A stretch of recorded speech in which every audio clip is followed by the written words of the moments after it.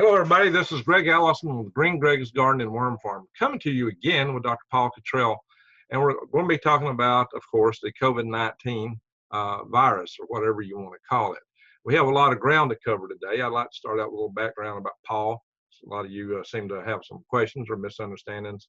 I want to talk about this disease and its rate of expansion in the West now, and maybe the validity of what it is or isn't doing in China. What is it going to do to the United States? When can we expect lockdowns and quarantines here? We'll talk about things to boost your immunity, ways to prevent this. And then we need to talk a little bit about what can we do as a group, as a people. How can we organize means to ensure we have transparency into the things that's been developed to treat and immunize us from COVID-19, because I know a lot of you would be highly suspicious. Even with transparency, a lot of us probably will not be taking certain measures, vaccines, and some would. But whatever the case is, we need transparency as to what they're developing, and I can't see what the problem should be with that. Although a lot of these companies who are exempted from lawsuits might beg to differ with me on that. So, and therein lies, in my opinion, my humble opinion, the reason that we ought to push for transparency. But that'll be our wrap-up topic, unless something else comes up in the course of this conversation. Do expect this will be a free-willing conversation, because Paul and I both are multidisciplinary individuals with a vast, wide background. And we both have an interest in this, and our primary interest is in stopping it if we can, contain it as much as possible, and helping you have the means and knowledge to prepare yourself so that you're prepared. So don't be afraid, don't be scared, be prepared. I do not preach and teach people to go into panic, because panic mode does nothing for you. This is not fear porn. This is telling you what you need to know to get ready. Because the story of what this thing can do, if you understand math, if you understand what geometric progression is, and you understand the effectivity of this disease, which is exhibited by what we call the R0 rate, then you will understand that it can propagate wildly, very fast, almost explosively. That's what geometric progression does. And anyone who's got an engineering or technical background should understand geometric progression. It's not an everyday walking around way of thinking about things, and even engineers, technical people sometimes have a hard time wrapping their mind around what it truly means, because it's not everyday way that we think about things. People think linearly. So put on your seatbelts, ladies and gentlemen. You're in for a very interesting discussion here. And so, Paul, start out and tell us a little bit about yourself. I get people, let me say something. I get people sometimes commenting to me and says, well, he's not a doctor. I go, yeah, he is. He has a PhD. And I say, well, he's not a medical doctor. And I said, well, he told us that from the get-go. But the fact of the matter is that if you get a PhD, the one thing you become is discipline in detailed research, the research methodology that you have to develop to have a PhD is a highly disciplined skill set that you have to hone to a high degree if you want that PhD. So, Paul, tell us about yourself. Okay. Well, thank you for having me. Again, I've said this multiple times on multiple channels, even mine, but I was born and raised in Michigan.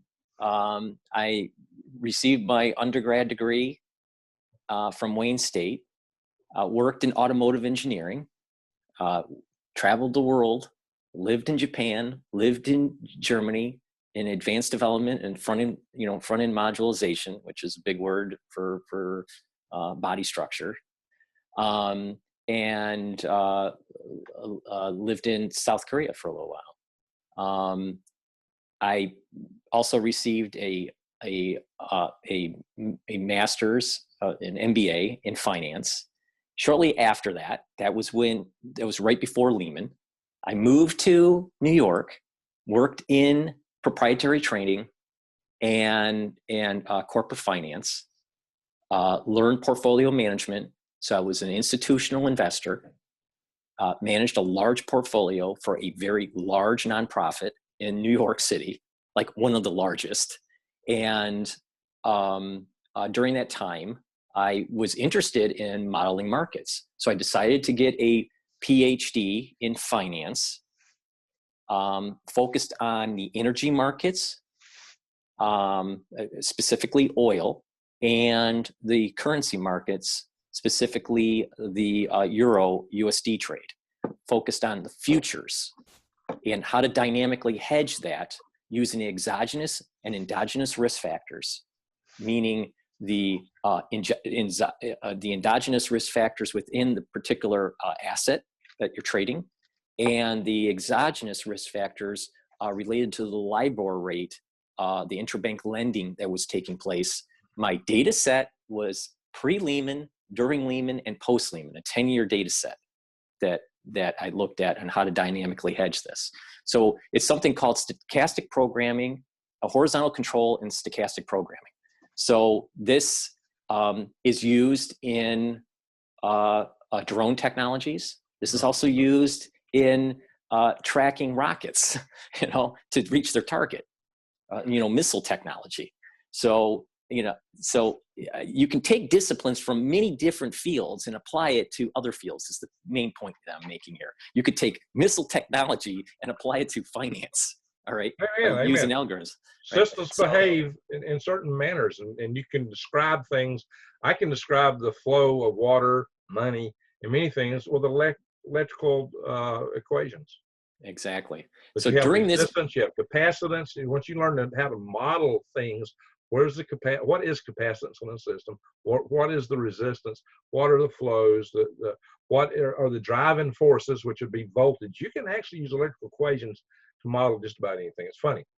Exactly. So after I finished my dissertation, I published my pre-dissertation work and did some postdoctoral work in artificial intelligence and topographical finance. The artificial intelligence was focused on what is called cortical and subcortical computing, where you take the limbic system and how the limbic system works in your brain, all right, and how and behavior, and have unassisted learning algorithms created from that methodology to train an AI to trade financial markets.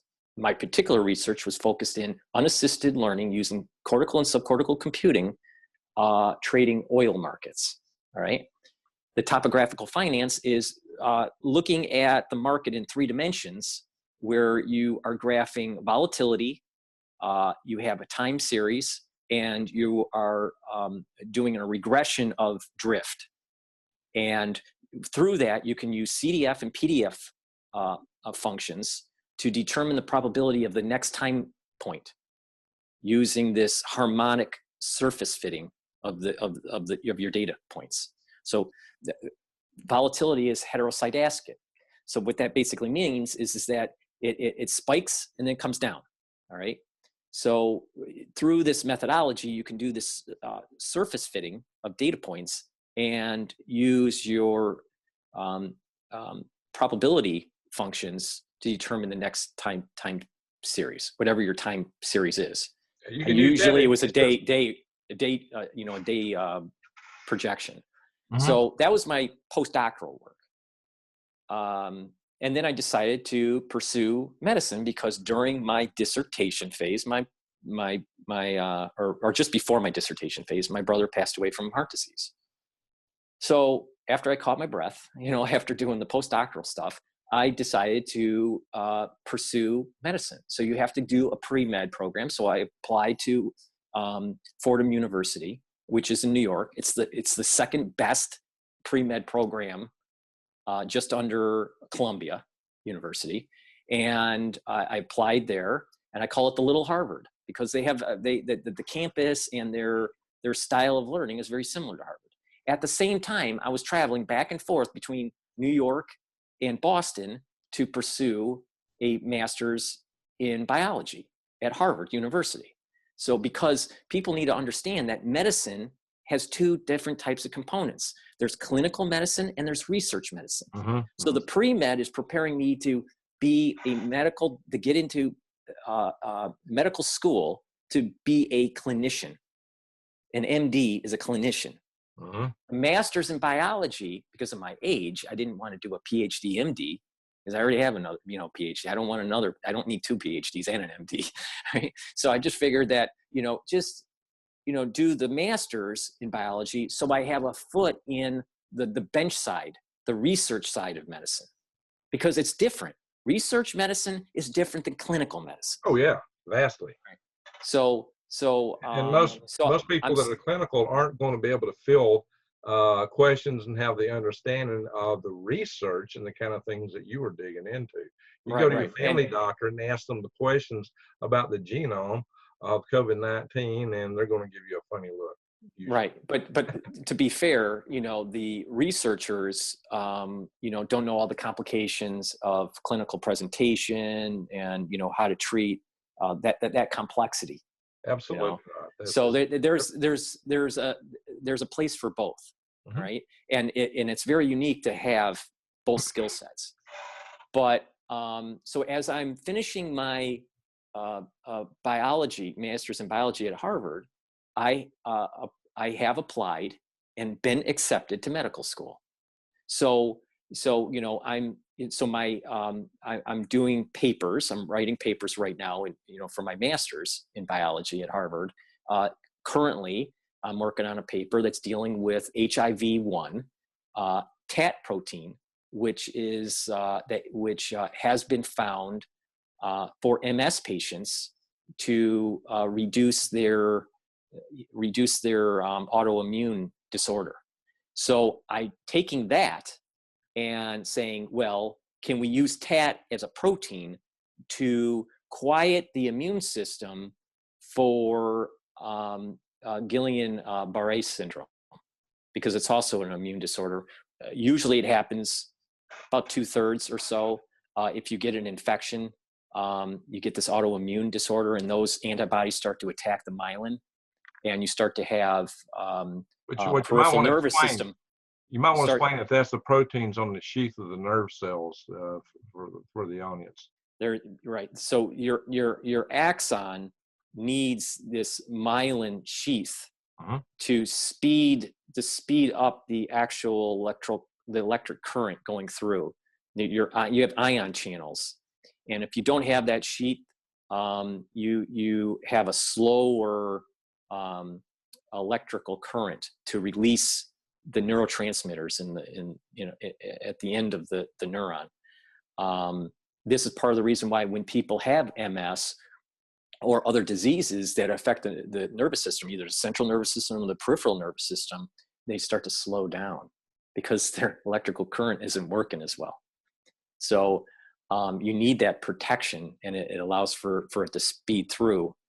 So that's a paper that I'm writing. When you're in a master's program, when you're doing, master's level research, you write a lot.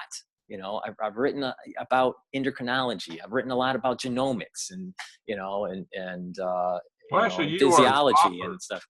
You don't just write papers. You've written books. You've got what? 10 yeah, right. books? I have 8 books that I've written. 8 books, and I've published over 30 papers. So it's not like I just, took this as an advantage to grow a channel. Honestly, I don't have time to grow a channel. I didn't want, a channel. And I just wish this whole thing would go away, because I realize that this is going to hurt a lot of people. I don't, but I know that this is serious, mm-hmm. and I'm trying to help people. And I think that people that watch me and really listen to what I'm saying, instead of just knee-jerk, commenting, realize where I lie and where my heart really is. But so people are saying that I don't know what I'm talking about. The proof's in the pudding and in the eating, as we were talking, behind the scenes. And do I know everything? No, I the amount that I don't know is a lot more than the amount that I do know. But that's what a researcher always thinks. A good researcher will always admit that they don't know, mm-hmm. So, but they use the scientific method, and that scientific method, as you were bringing up, through the PhD program of any PhD program, gives you the skill sets to learn. Mm-hmm. And when you question and you use the scientific method, you progress into and develop knowledge. Absolutely. Well, let's don't beat this So, horse too much. I just wanted you to give an introduction, and because I have to dispel so many comments every time we do a program. wait, just to put a cherry on the top, I also have 2 engineering certificates from MIT.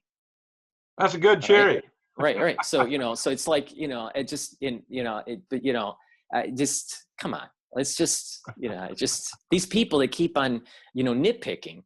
It's unbelievable. And people that have saw it, people saw when I was talking to Dr. Campbell and Dr. Pedersen. Both have PhDs in, I think Dr. Pedersen is in toxicology or something like that, and Campbell is physiology. But Campbell was also a nurse too. He was a nurse and then got a PhD. And I was holding my own, and and that was very self-evident that I knew what I was talking about, because I did, in the master's program, I also did research that was tied into colon cancer. Mm-hmm. And some of the pathways that prevents the apoptosis in some of the cells, and why that is happening through the DNA proofreading enzyme, or protein. Well, it's just like people don't realize that I do know what I'm talking about. All right, very good. Well, and also what a lot of people don't realize is a cell is extremely complex. A single cell is like New York City in complexity. It's incredible when you think about what goes in the makeup of life. So let's move on here. Right now, we're in a case where there's 466 cases in the United States alone, and we've had 19 deaths out of that. This thing is growing fast, and a lot of us are concerned because there has not been a very good level of testing. My concern is that we really don't know how many people are infected in the United States, because they've been testing only people that were exposed to somebody who was known to be positive, people that travel from the positive areas. When they're showing symptoms, we know it can be asymptomatic for 24 days, and we understand it can be spreading by people who are asymptomatic. That's a prescription for something to spread wildly under the radar before you're aware of it. That's a prescription for a fire burning underneath the carpet and then popping up everywhere. That's kind of the way fires did in Alaska, by the way, where I lived a couple of years. They would smolder under the heavy moss floor of the forest during the wintertime, and then when things warmed up, they would start popping up all over the place as full raging fires. But you could actually drive along and see a little smoke trail here or there coming out of the snow, which was kind of funny. So I kind of think what we're seeing is the little smoke trails coming up out of the snow here and there. There's a lot more going on, smoldering underneath. So 474 cases in the United States. I think I said 66, with 19 deaths. So what I'm really wondering is, in Italy, I believe they went in 3 weeks from having 3 cases to 3,000. And Italy now is, let's see, where are they at? I can pull it up on my screen too. They are at 7,375 right now cases in Italy.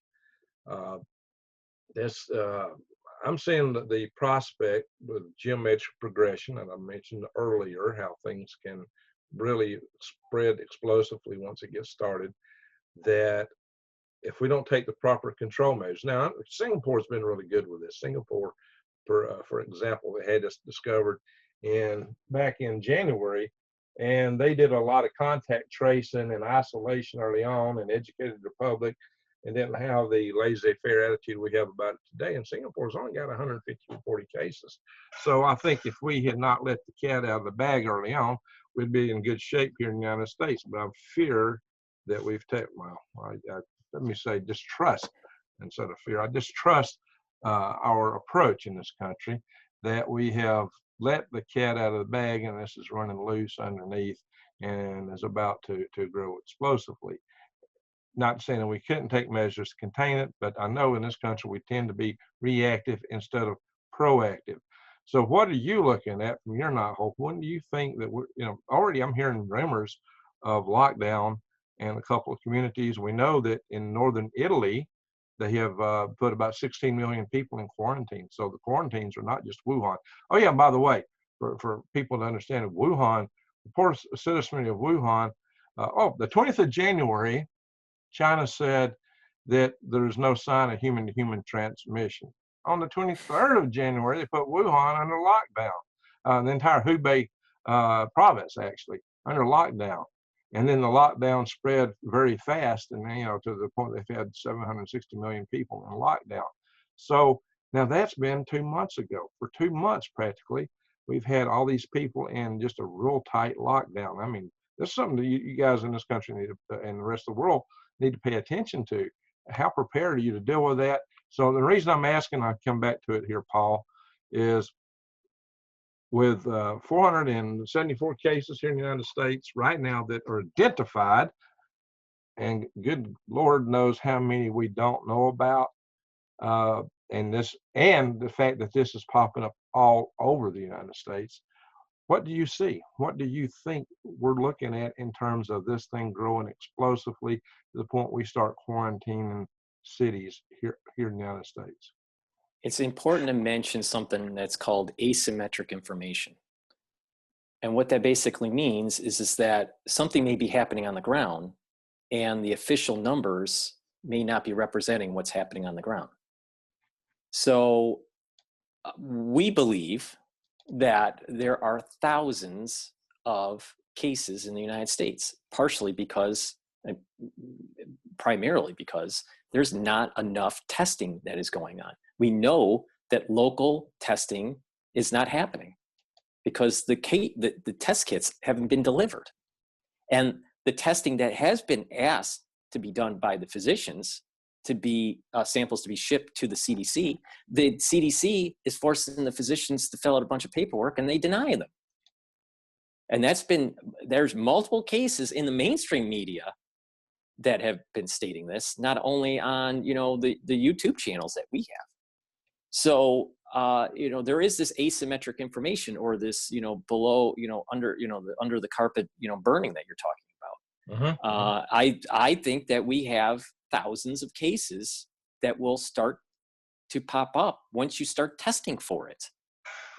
Here's a perfect example of the explosion. Last we talked, it was around 60 cases confirmed in the United States. Now we have over 470. All right. And maybe we had 2 deaths. I don't remember when we did the filming last week how many deaths we had, but it was 19. And, right now we're at 4%. We went up 2 cases rate. Just since I logged in with the computer on the screen. My laptop is still showing 474. Yeah. So, I'm glad that the CDC is working the weekend. Somebody is. What has changed in New York since we've talked is there is more confirmed cases in Westchester County, in Nassau County, and in New York City. So if you zoom in and just click the buttons there, you can 82, see 82 right. In Westchester County. I'm showing it right now. Yeah, and then you click Manhattan. Yeah, and I think there's 16 there. 12 in New York City. 12 there. Where we showing down here, and that's 5 down here. Yeah, on so Long Island, way out here on Long Island. Let's see, 1 out there. But that's so what's it's popping up. And we were talking last week that New York City, no reported cases. Manhattan is the hub. Reported cases last time we talked. Over here in Rockland County. They're reporting counties instead of the towns for some reason. I don't know why they do it, because most of these are city centric in this area. And then again, I think it's key that these are probably all cases where people are showing symptoms. How many cases do you think we're reporting asymptomatic people here? Well, I think it was on your show when I was talking about the delta between flu-like symptoms and comparing it to influenza cases from last year, and the curve is way above. So it's safe to assume that there are many cases that are just being diagnosed as flu-like, but haven't been tested for COVID officially. Yeah, And for various reasons, you know, most of them is because they don't have the test kits. But the problem, this reality of the situation is that this has spread. we have a death here, the first one on the eastern side of the United States, here in Florida, right here near Cape Coral. Right, and you also have a death in California. Yeah. Most of the deaths have been, there's 2 deaths in, if you look at the death column, you can see that there's 2 cases in Florida, and then 1 in California, and the remainder in Washington. I think the majority of the ones in Washington were from the same nursing home facility. Wow. Interesting. So, you know, here it is, you know, like even here, close to me up here. You know, we've got it. I live in this area right in here. That's where I'm at. That's probably the closest case to me. So Georgia has only 1 case right now? Well, that's just in that county. No, they're all over.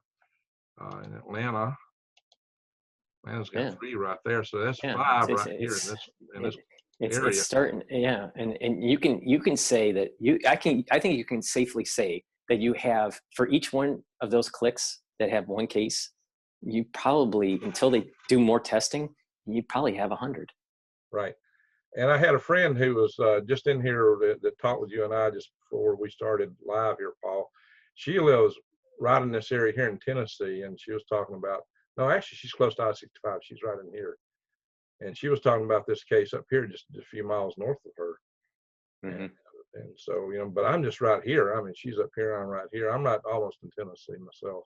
So this fallacy that the government stated maybe 8 days ago, you know, that we don't have many endogenous cases is wrong. I mean, you're seeing it pop up all over the place now. There are 27 there, 71 King County, right in CL. I mean, there are just 3 here, 1 there. I mean, they're everywhere, and exactly dying. And I'm working with to explain. Right, yeah, I'm working with the hypothesis right now, and it may be a little bit high, okay, with what I'm saying, but I believe half of the population of the United States will have some form of COVID-19 infection. All right, half, and we have 330 million people. So, you know, now majority of them are probably going to be minor cases. And a lot of them are going to be classified as flu-like symptoms, and they won't be in the database because they won't be testing for it. But the point is, the reality of the situation, I think half the population is going to get COVID-19. Now, if you take 1/6 of those and you take 25% of that, that's what the death rate will be. That's how many people will die. And it's going to be about, I believe, that after everything's said and done, after 18 months of this, where we have that second and tertiary wave. What do you think? What do you saying the death rate will be of the people that actually catch it? Wait, say that again? Could you repeat that? What you're claiming? Okay. I'm claiming that within an 18-month period, that half of the country will have some COVID-19 infection. Okay. 1/6 of those people. 1/6. 1/6 will have a severe case that could be in ICU. Okay. Maybe I have not heard as bad. that is 1/5. So you're being conservative. 1/6, and then half of and then a quarter of those will die. Right. So you're going to have about 6.7 million people that probably will die from this in the United States over an 18 to 20 month period. Okay, and you might be being charitable because our experience with this disease is on the order of months, since it didn't even start into December. It's just now coming here. But most people, but you know, we got to put it in context. Only 50,000 people die from the flu a year. Yeah, but that's because it's been so prevalent for so long, and it's widespread already. And this is Right, not. right. This is a new disease. Right, exactly. This But is I'm working with the $6.7 million deaths in the United States. This is right off Wikipedia. I mean, people have challenged me. What's your sources? Where do you get these numbers? I mean, we're getting numbers from John Hopkins, off Wikipedia, from the WHO, from CDC. Now, and we'll show and talk these numbers, and we can also express why we have something somewhat less than absolutely enthusiastic assessment of these numbers. But that said, this is a fair place to start. And I'd like to, see, this is scary here that these numbers are, I'm on the verge of hitting this group right here. I'm presently just at the ending phase of here and about to be transition to that phase, but I'm in reasonably good health. But the regular flu has a 0.1. 0.1. It means 1 in 1,000 people in general, out of the general population, has a chance of dying from the flu itself. I don't know anybody that's died of the flu, and I know a lot of people. So that's kind of interesting. So I think even 0.1% is high for the flu. But we're talking at least double that for age groups here, and these aren't the age groups you'd expect to be dying from the flu either. So when you've got people in this age group that has 2 in 1,000 or 1 in 500 chance of dying, but that also means that they have at least 1 in 100 chance of having a severely disabling disease afterwards, severe lung damage or other organ impairment. From what I'm hearing, this stuff is really bad in the lungs, the pneumonia you get from this, and you might talk that in a moment. But as we can see, this is a curve that escalates kind of like the geometric progression of the disease itself. And it's symptomatic of probably other health problems and lack of immunity that people have. So I think this will be a segue in a moment to our discussion on immunity.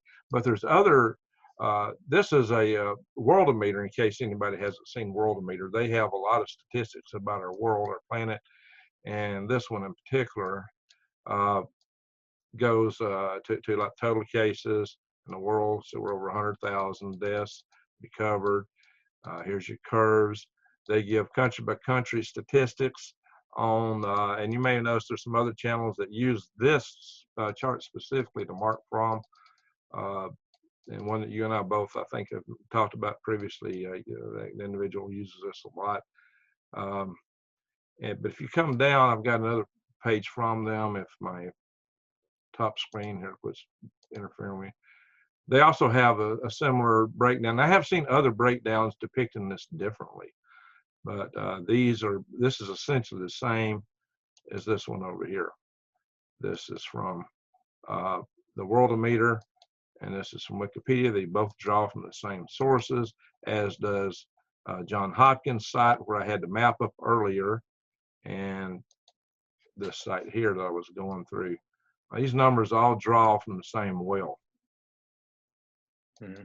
Same statistics reported by the nations themselves. I'm going to update this whole thing and see where it falls.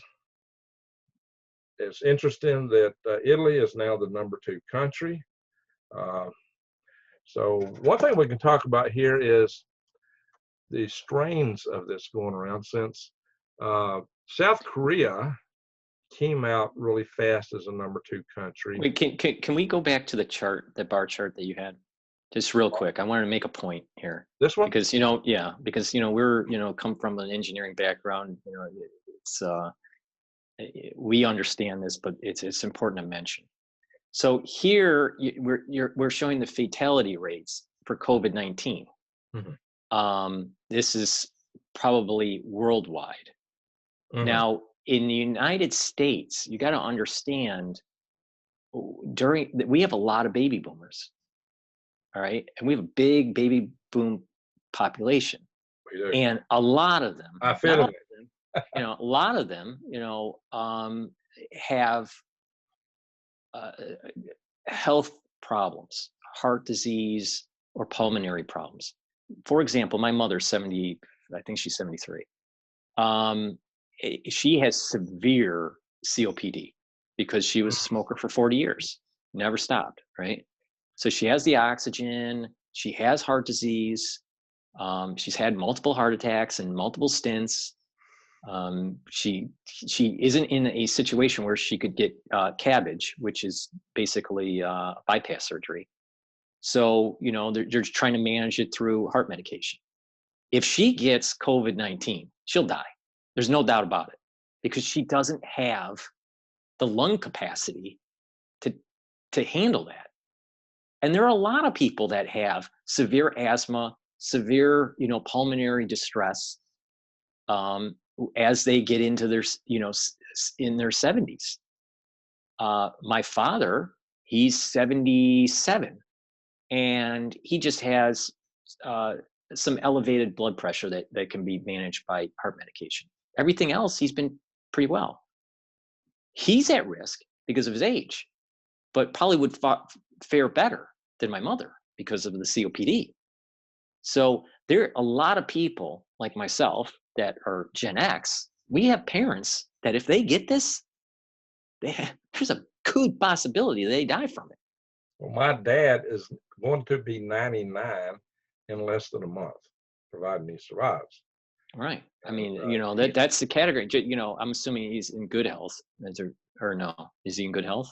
Well, fairly. He still lives by himself, but he's been fighting leukemia for like 10 years. He's well, you know, hand on it, but I think it's right to get to him. So he's like on Gleevec. He does have something on one of his lungs. Is he on Gleevec? No. Well, he's not taking anything right now. The medications kind of hit him hard, so he got away from that for a bit. But he's now showing signs of having something in one of his lungs. So they're taking fluid out of it now. He's in the hospital right now. They're checking. Yeah. So I mean, if he got COVID, you know, it's going to be a major complication, right? So here, this is what's important. The point I'm making off of this chart is it's important to realize that it's also the demographics of the country. And our demographic, this is the point I was making. The reason why I think that the death rate will be, you know, 6.7 million people in the United States is because of the demographics of the country.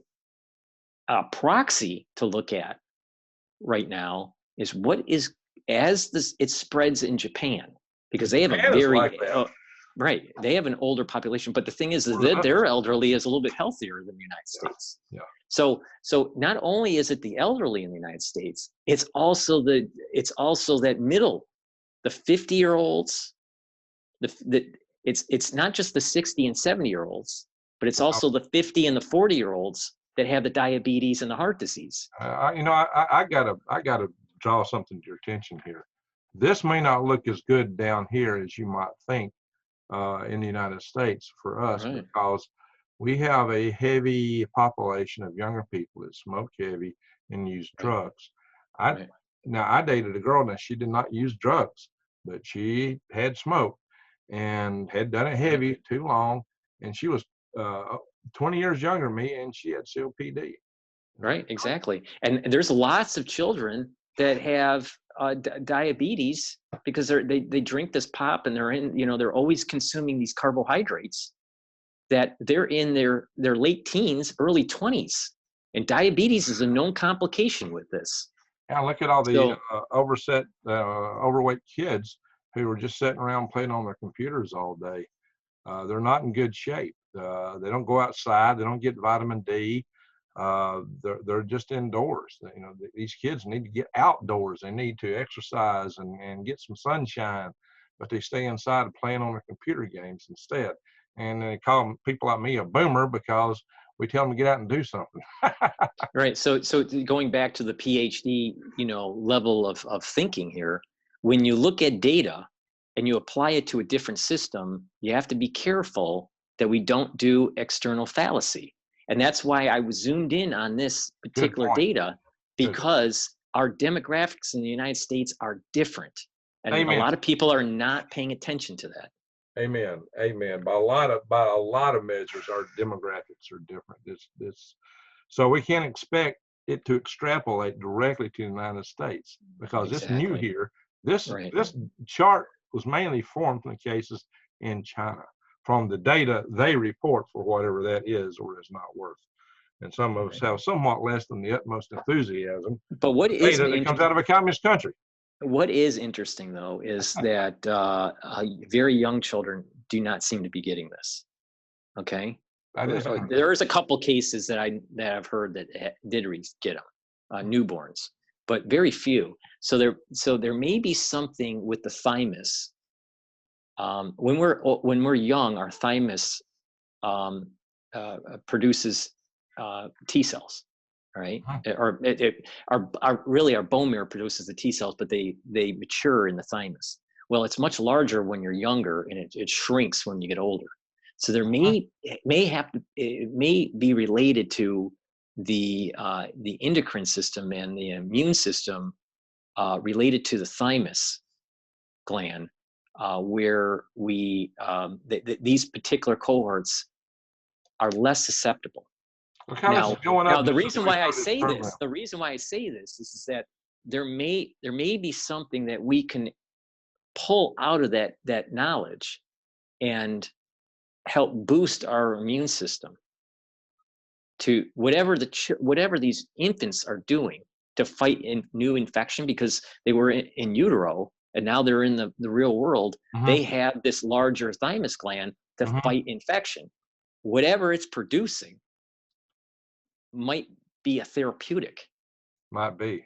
And that's interesting, because the young children don't typically have the immune system as adults, and they typically are more susceptible to these diseases. The fact that they're not should be a huge indicator here for researchers to delve into. Right. Very good. Excellent point. Hey, I just noticed here in the last few minutes, just since we've started talking, we've had 10 new cases in the United States. We'll have to check this before we terminate the call. Yeah, by the end of next week, we're in the thousands.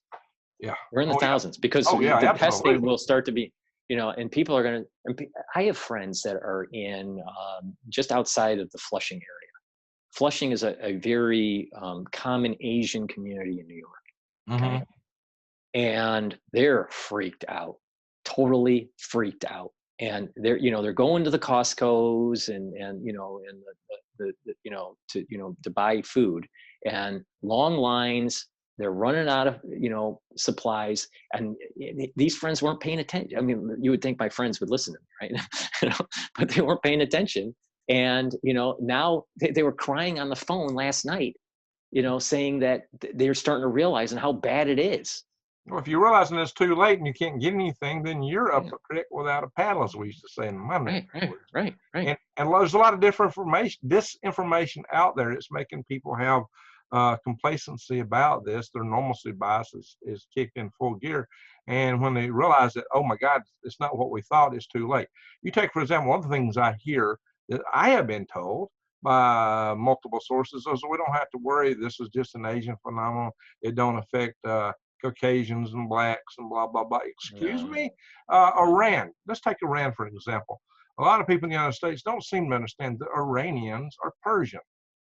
Persians are Caucasian. They're not Arab. They're not Asian. They're Caucasian, as most of us in the United States are. The majority, I would say. At least you and I are Caucasian to some degree. Right. So, they may be darker hair in general, but they are, Caucasian people in Iran. The Italians, go ahead and look at Italy. It's exploding in Italy. And Milan and Venice are under lockdown. I've been up here to Turin, which used to be referred to mostly as Torino. I've actually seen the shroud of Turin there in Torino. I'm sure some people will like to fuss about that, but that's fine. Well, France and Germany is going to be another, hotbed. Yeah. Look at these cases. They're just really set to start exploding all over Europe. And these are, my friends, these aren't just Chinese people. Some people are, I'm actually heard that like yesterday.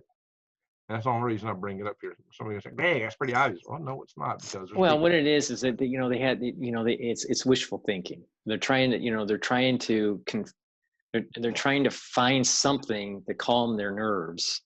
We did say though that certain genomes will produce, will upregulate, or some behaviors will upregulate ACE2 receptors. Right. But that doesn't mean that that doesn't mean that you won't get it if you're not upregulating ACE2. You still will get it. And you also have to consider the health of the society. That's a big component, a very big component. The health and the culture. How easy is it to stop? How you take Iran, for example. What a lot of people don't realize is the Iranians are very affectionate people. They, Americans have a very big misconception about Iran and the Persian people of Iran, Iranians, and they kiss, they hug. Their culture and the religious gatherings lend themselves to the spread of the disease, and that may be a part of why they got so much of it. We should probably also talk about the varieties, because it seems to be showing up differently in Iran and Italy as opposed to over here in South Korea. It seems that South Koreans have a milder strain than the Italians and the Iranians, and that we have both strains in the United States. So that may be something to touch on. Well, it's like a coin, has two sides, right? The bat SARS, the bat SARS, SARS-like homology and the SARS homology are native to Asia because the bat host is from Asia.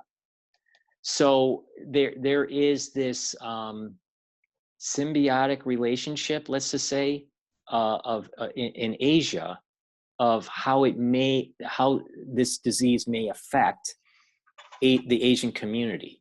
So one side of the coin could be, well, because of those farmers a long time ago, they may have had milder cases of SARS years ago, that they have built up some sort of antibody. All right. And that when they get hit with Wuhan, that some people may, in the Asian community, have the ability to fight it better. Not that the antibody is perfect to the Wuhan strand, because the Wuhan strand is bioengineered, but at least they have something that might slow down the viral load. The other side of the coin is that other individuals within the Asian community or around the world may not have had, those types of infections years ago, or within their community, and they're more susceptible. So there's a lot going on here. We do know this bioengineered virus, are what I'll call the Wuhan, okay? The Wuhan strain has, over time, since probably October, has mutated. All right. So what is in the NIH database, and there's probably more that are floating around in the world, but at least what we have in the database is a little bit more than 30 of them. The genomes for these sequences are very similar.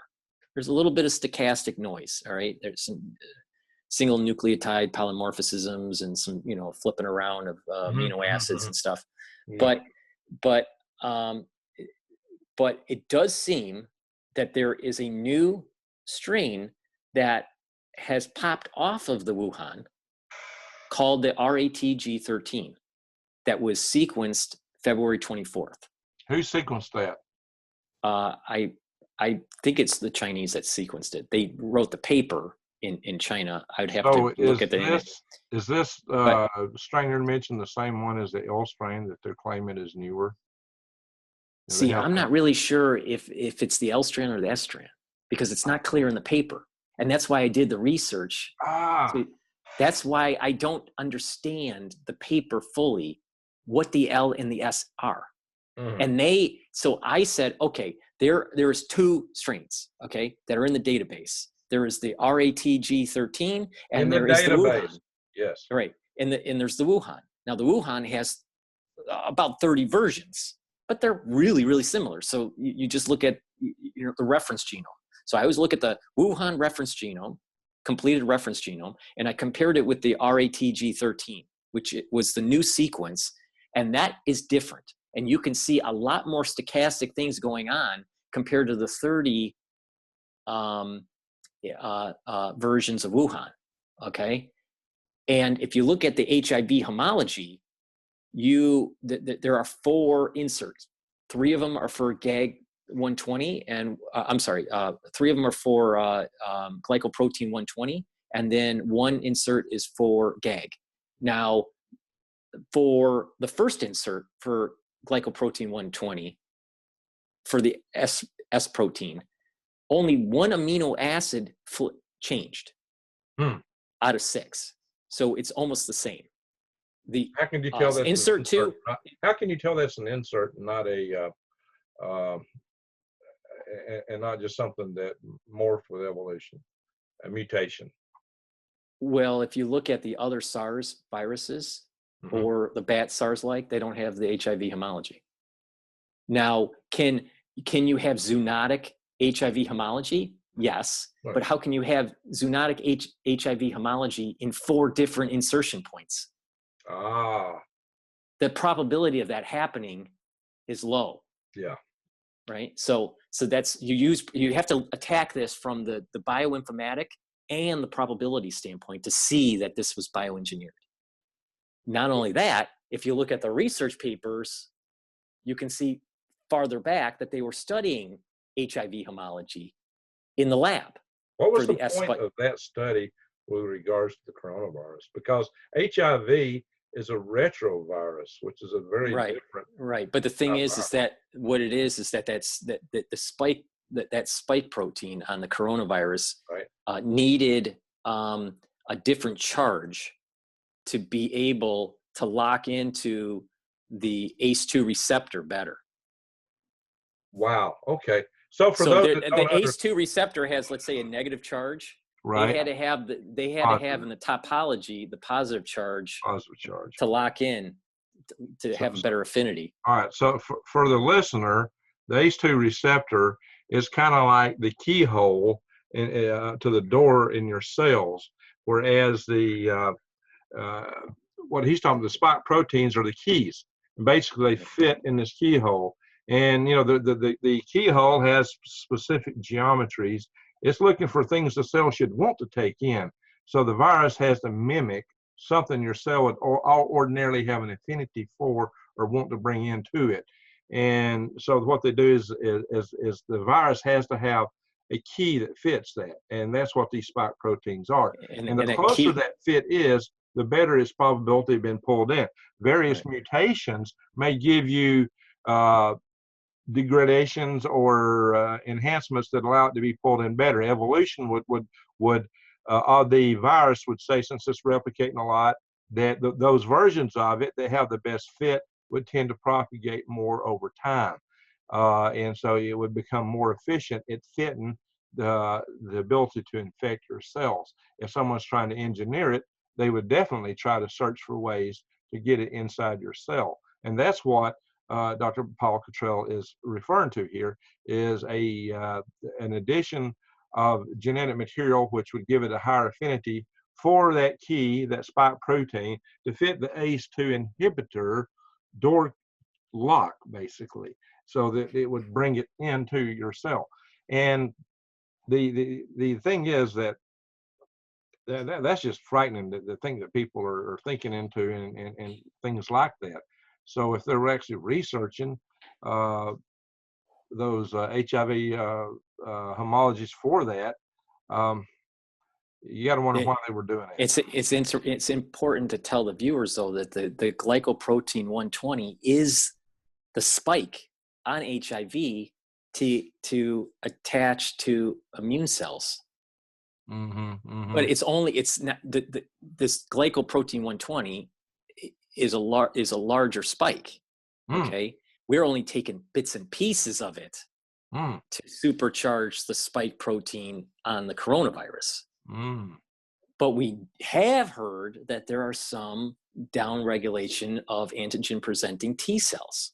So we're thinking that not only is it involving the ACE2, but it's somehow affecting these probably CD4 cells. The mechanism, we're not sure exactly what's happening. So they may not show up a direct mechanism or an indirect mechanism. Is this something that could show up as a, you know how we get Smallpox, not smallpox, chickenpox is a retrovirus, by the way, which means a retrovirus, not like a coronavirus has a big structure. Retrovirus is a smaller structure. That a retrovirus will embed itself into your genes and live within you. It becomes you, part of your genetic code, until it decides to break out and replicate itself. And you take herpes, which, well, herpes and chickenpox are basically they're the same viral family. And what happens is that uh, with chickenpox, it lays dormant in you for years and later resurfaces as shingles later in life when you're under certain kind of stresses. So I'm wondering if there might be, even though this is not a retrovirus, could it have a delayed reaction in these T cells that would surface at some later point in time? Well, this is the endogenous second wave theory. We just don't know. You have two wave theories. This exogenous wave theory, where you're getting reinfected from a mutated pathogen again. The endogenous second wave theory is that it's dormant and it's hitting you again. We don't know. We don't have enough data, but it's important to mention to the viewers, because I get a lot of emails about this. Just because you have HIV homology in the spike protein that is not HIV. True. Virus. The coronavirus is not a retrovirus. Right, absolutely It does not. have HIV. It cannot do what a retrovirus does, but it can definitely go in your cells and manufacture new copies of itself. Right. And Exactly. for yourself. Exactly. So it's a very different machine mechanism. But to further define what Dr. Cottrell says, what we're talking about is that key that goes into that ACE2 receptor. Now, Paul did mention behavior. And behavior is a key to the presence of ACE2 receptors, because, as it turns out, smokers have a higher number of ACE2 receptors on their cells. So if you're a smoker, you have a greater chance of having more problems and complications from virus like this, in particular the COVID-19. You will be more susceptible to problems. So one good thing to do is, you've already got a certain number of ACE2 receptors. You'll have them sometime, but I definitely advocate quit smoking. Cut it back as much as you can. And if you are a smoker, you need to take special precautions more than most. If you're a smoker, you're up there with the people with the heart disease and the diabetes and other lung problems that would make them more susceptible to catching this virus. If you have friends and family who are smokers, one, you need to pay careful attention, because they're more likely to catch this and be walking around with it asymptomatic. And two, you need to take care of them. You want to take care of your loved ones, and they're going to need special attention, perhaps special isolation. Right. And it's also not just the, up or down regulation of ACE2, but the inflammation in the air sac will lower, you have a lower immunity, because you have chronic infection, you have chronic inflammation, that you don't want that when you get a pathogen like COVID-19. Because your battery is lower. That's turmeric. Turmeric? Oh, I was going to say. Okay. I grow lots of this. I grow it here, and I grow lots and lots of it. This is one of the strongest fighters of inflammation, is turmeric. It has a multitude of health benefits. It fights a lot of ailments. I'm not, you can't say all these things, without proper disclaimers these days, because we have such a wonderful freedom of speech, thanks to the three-letter agencies that love us so much. Right. I'm sure the listener knows what I mean, but we can talk a little bit later about things to do to help. Well, I mean, it's known to be an anti-inflammatory. I mean, that's well known. That's very well known. An experiment that you could do is you could do like maybe an overworkout with weightlifting, and you take a ton of turmeric, and what will happen the next day is you'll have a better recovery, because you don't have that inflammation of the muscles anymore. So you can do these little minor experiments, and you'll notice this. You'll also notice that people that take this type of stuff regularly at a decent dosage, you won't have that chronic pain, like arthritic pain. I used to do triathlons, all right, when I was in my 20s and 30s, and I was developing arthritis from it, especially in the knees, the hip, the shoulder.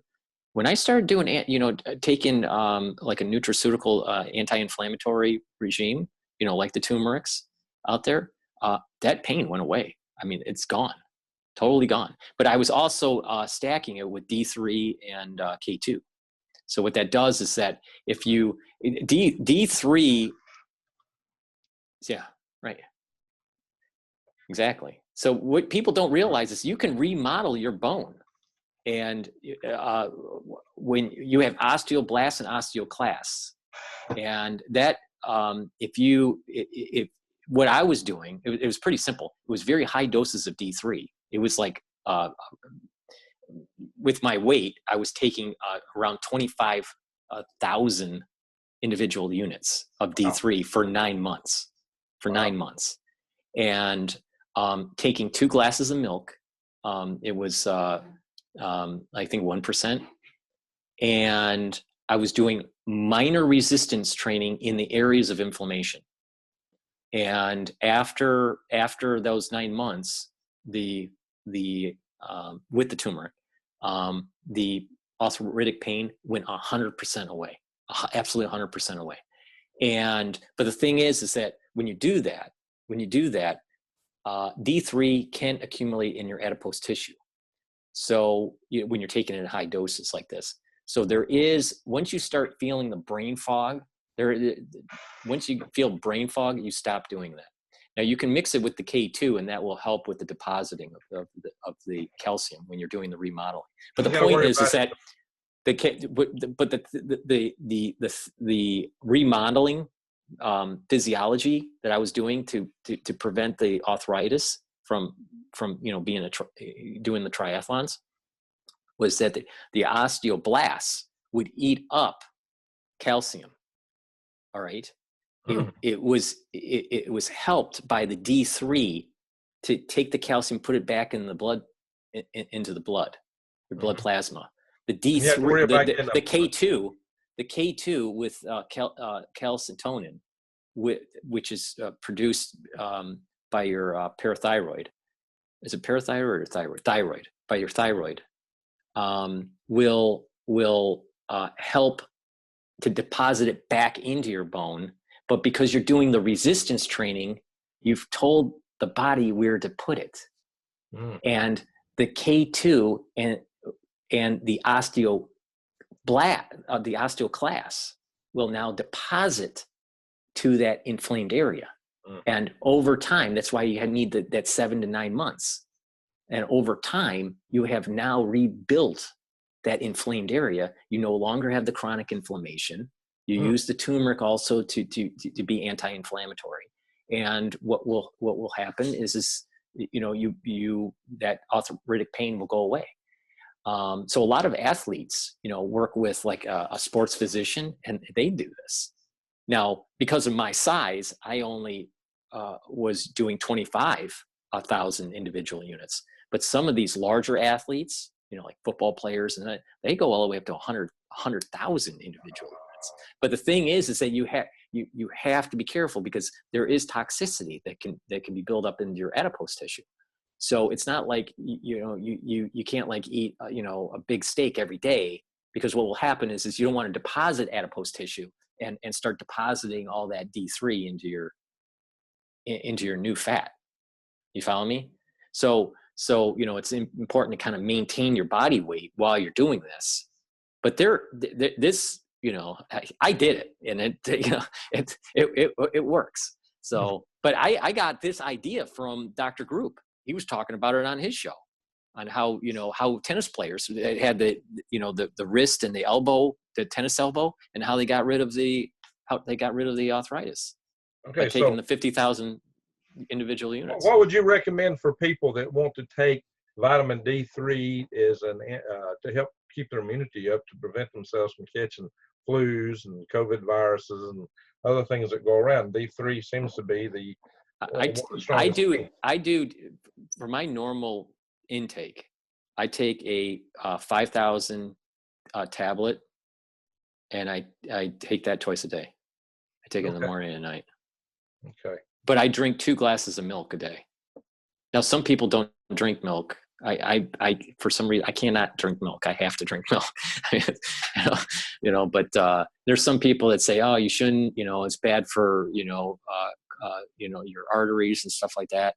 But the D3 coupled with the K2 will help to prevent plaque deposits in your arteries. The cardiologists have known this for a while, and even orthopedic surgeons, when they're starting to do their pre-op evaluation with their patients, if they start seeing a lot of calcium depositing, they'll put them on a K2 regimen right before surgery.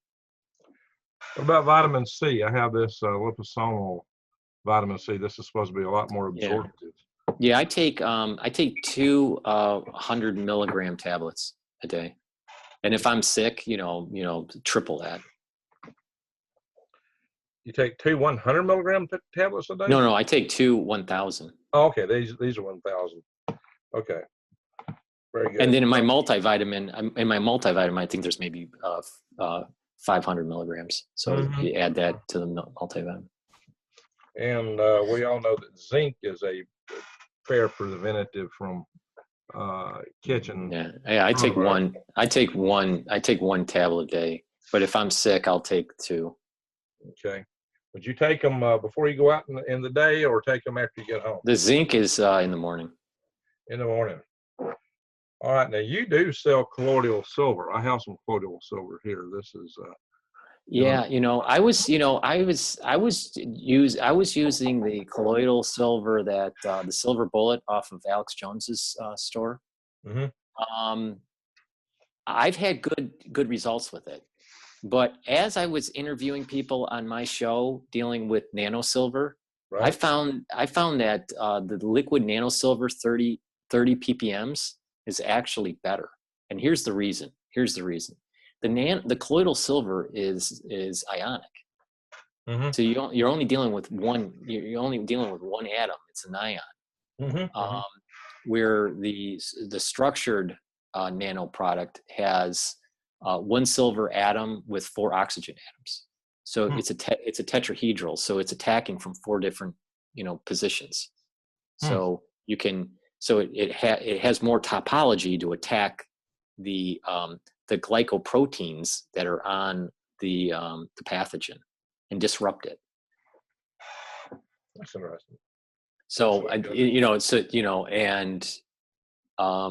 there is some evidence that if you take colloidal silver a lot,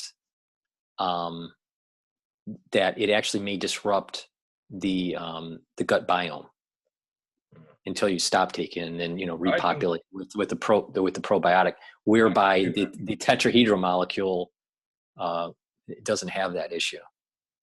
Interesting. I can believe that, because your gut biome is really your first line of defense. And I have friends that was in the military during the first and second Gulf War, especially the first Gulf War in Iraq, and they had to take Ciprio because of the fear of anthrax. And I have one friend in particular who is really just ate up with entire intestinal tract ulcers from the mouth all the way to the very. And that's interesting you say that, because my brother Joel served in the military, in the Army. He served in 92 to beginning of 95, something like that. He did 3 years. He was stationed in Washington State. And he had all those vaccines and everything, and now he can't eat pizza. I mean, it just goes through his system like it's nothing. Yeah. Yeah, I was in the Army. My son was in the Army. My son got that Guillain-Barré disease, and I really wonder if it's from all the vaccines. It could be, and it's interesting that you talk about that. Because I'm working on that research paper, with maybe using that HIV-1 TAT protein to calm the immune system, because that Guillain-Barré syndrome is attacking it's a disease that is attacking the peripheral nervous system, and it's some antibodies that you get usually from a pathogen you build up antibodies to fight a pathogen, but the antibodies that are created to fight the pathogen have similar topology, which it happens to think that your axon myelin sheath is the pathogen, and it starts to eat it up. So sometimes they're trying to come up with good therapeutics to fight this type of disease or syndrome. But the paper I'm working on is focused on using the TAT protein because of research that's been done for MS. Individuals that have MS that have also HIV don't have as severe of MS, and they found out that it had something to do with the TAT protein. There's different what they call clads. Clad B and clad C of TAT seems to downregulate the immune system to lessen the effects of MS. So the theory is to extrapolate that to other autoimmune disorders that are dealing with the central nervous system or the peripheral nervous system. Interesting. So yeah, that could have a lot of implications, and hopefully y'all can figure out how to use that more effectively. That could, it's really crazy. We're at the precipice of so many good things, but also so many bad things all at once. If we could pull our society through in such a way that we can maintain the good stuff, we could be in such an amazing world. But our world's got so many threats right now again. Well, here's the thing: is just like with it's about state of mind. It's about are you optimistic or are you pessimistic? In an optimistic world or an optimistic scientist, they're going to see the growth of knowledge as a positive and how to make the world a better place. The ones that are pessimistic, they may see death, destruction, evil, weapons of war. Sometimes we have a different definition of a better place also. Well, that's true. I mean, right. So we talked about our immunity. What other methods of prevention would you like to mention? I haven't heard of one thing you might comment on. I've heard that you should, I've got water here in this coffee cup. I had coffee in earlier, but I hear that you should drink water maybe every 15 minutes, just a little sip to keep your esophagus wet, especially if you're out in the public, and that it would wash down any bacteria or viral particles, what we're worried about here, into your stomach, and the acid would kill them. Well, I mean, that's a good idea to keep your throat moist, not to have dry throat. Yeah. What I do is I try, sometimes it's hard to do, but I try to drink 64 ounces of filtered water. But it's not just drinking water, it's drinking filtered water. You want to stay away from that fluoride, and the other comes. Right. Mine is spring water that I'm drinking right now. So it's does not have the chlorine or the sodium chloride in it. So I follow Dr. Group's advice, around 64 ounces of filtered water. I use the zero water filtration system. And I have a Pore Pure. I have a Pore Pure, and through my website, people can go to prepwithgreg.com, and through my Patriot Supply, you can get Berkeley filters. There's also, look, we just talked about lockdown. We talked about quarantine. Even if you don't have an imposed quarantine, you may self-quarantine, or self-quarantines may give us the effectivity of a quarantine, especially when you go to your grocery. Between that and hoarding and runs on the grocery stores, you may not be able to buy supplies. So everyone should really consider stocking up on at least 2 months food supply. Now, look, Wuhan has been in lockdown for 2 months now.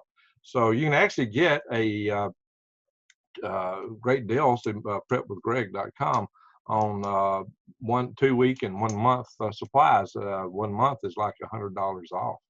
You can also buy longer term supplies and food. Now we're talking about long-term storage food, water purification. prepwithgreg.com is a great way to get into my Patriot Supply and help me in my channel too, by the way. So anything you do in that regard, I greatly appreciate it. So no, I preparing for food. I mean, it's important. It's important. That's a big one. That's a very big one. And I think that some of the friends that were calling me last night they started to feel the panic because they were going to Costco and they saw the long lines and the supply shortages. Once they start seeing the supply shortages, then they realize, oh my God, this is real. Last time I went to Lowe's, they had no N95 mask there. They were out. In fact, they didn't have the painter mask, didn't have any of them. They were totally sold out. Mm-hmm. So that's something to look at. These supplies are going. Now, I would like to mention that in terms of prevention, they're now telling us the stock word is if these don't help you, they're no good. Save them for the doctors because the doctors need them. Well, if they don't help you, why do the doctors need them and how they help the doctors? So they can help you. No, they're not a bulletproof barrier, but if for nothing else, to keep you from putting your finger on your mouth. And the N95 does filter droplet-sized particles.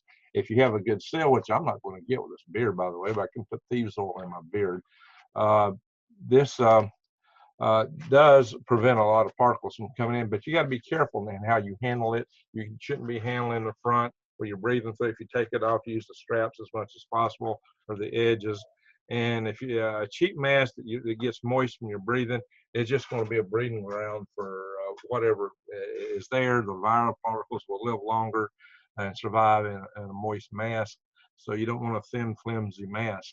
But you don't want to hoard them either, because if the medical community runs out, they're going to be scared and less likely to be there to take care of you. Mm-hmm.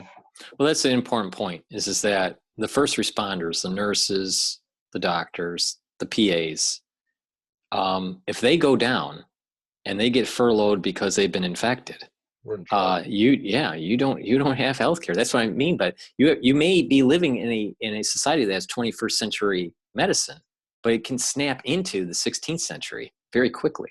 And when you can't get healthcare, it's very important that you have the supplies. If you have heart disease or you have other chronic conditions that have to be treated through medication, you have to talk to your doctor and make sure that you have enough supply to help with your ailment. But individuals in terms of nutraceuticals or homeopathic remedies, make sure you have enough supplies from your natural food stores or homeopathic stores. I have worked with European researchers since the second week I started covering this. So it was the beginning of February, where we were working with chemists in a nonprofit organization, and we were looking at research papers that in vitro killed coronaviruses dealing with the 3CL protease, because that is a conserved region. Keep going. I'm going to step away just for a second. I'll be right back. Yeah, that's a conserved region for all coronaviruses, and you need the protease to be able to form the replicase that helps with the manufacturing of proteins and the manufacturing of new RNA.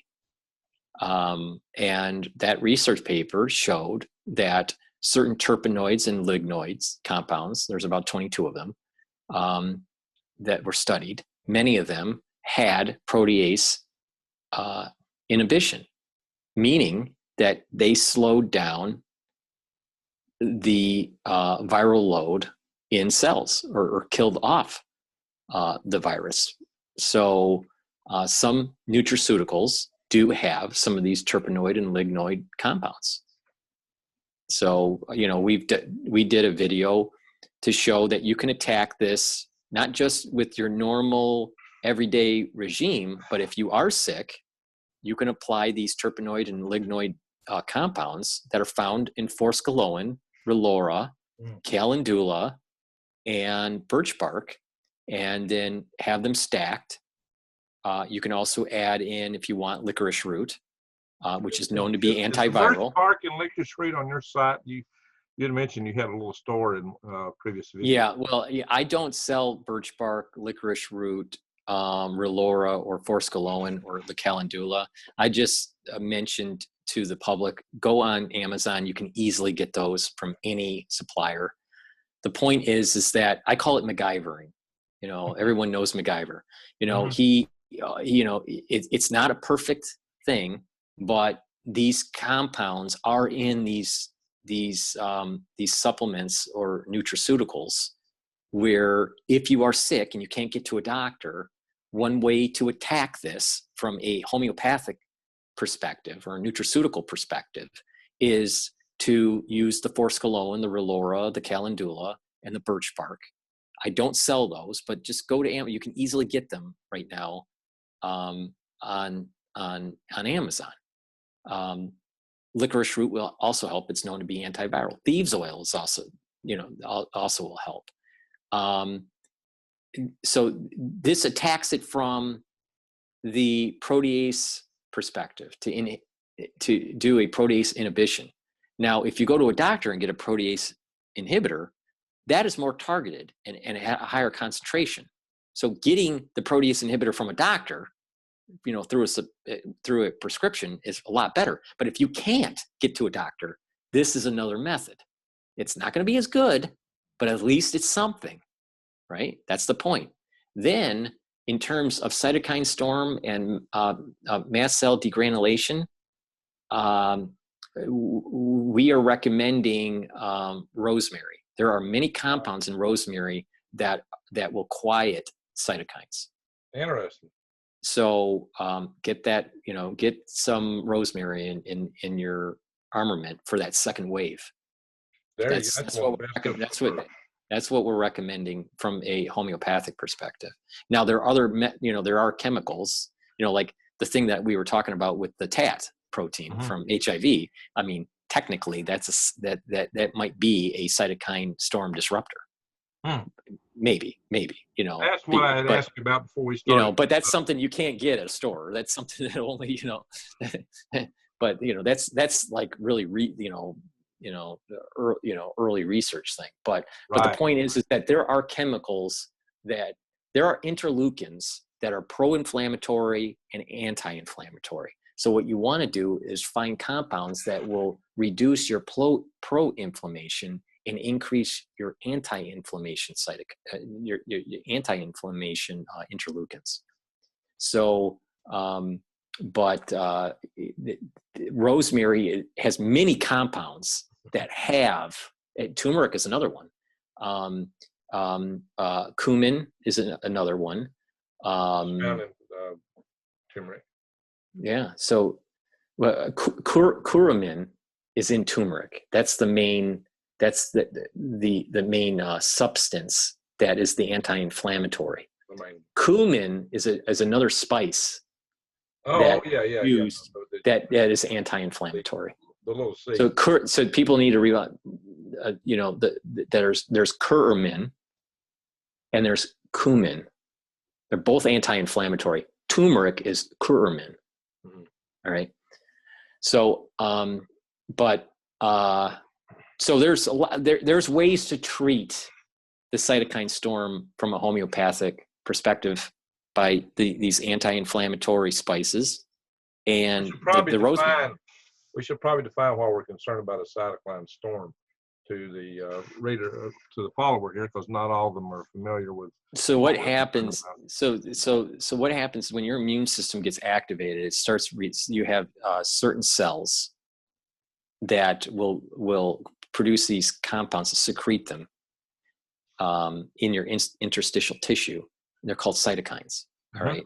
That's an overall chemical name.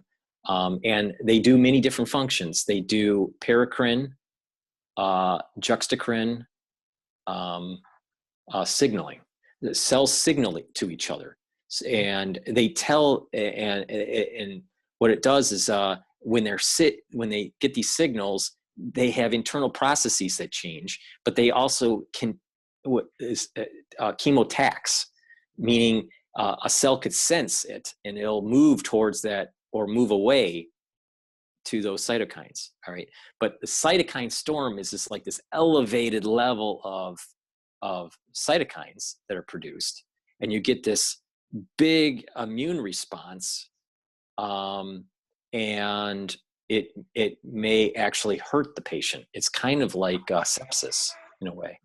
Well, and with these cytokine storms, you don't want an over-inflammatory response. it's my understanding that some of the earlier attempts to develop vaccines to fight coronaviruses had developed antibodies in the subject test animal, but when they actually exposed the animal to the virus, the subject virus, that the animal had such an overreaction from a cytokine storm that it killed the animals. Right, exactly. So that's one thing to be concerned with, and another reason that we need to promote transparency. So one thing you had brought up in the very first session was the need for transparency, and I suggested that we might take an approach and model it after my friend Mike Mabee, Command Sergeant Major Mike Mabee. And I've got an interview I did with him for people but look back through my videos.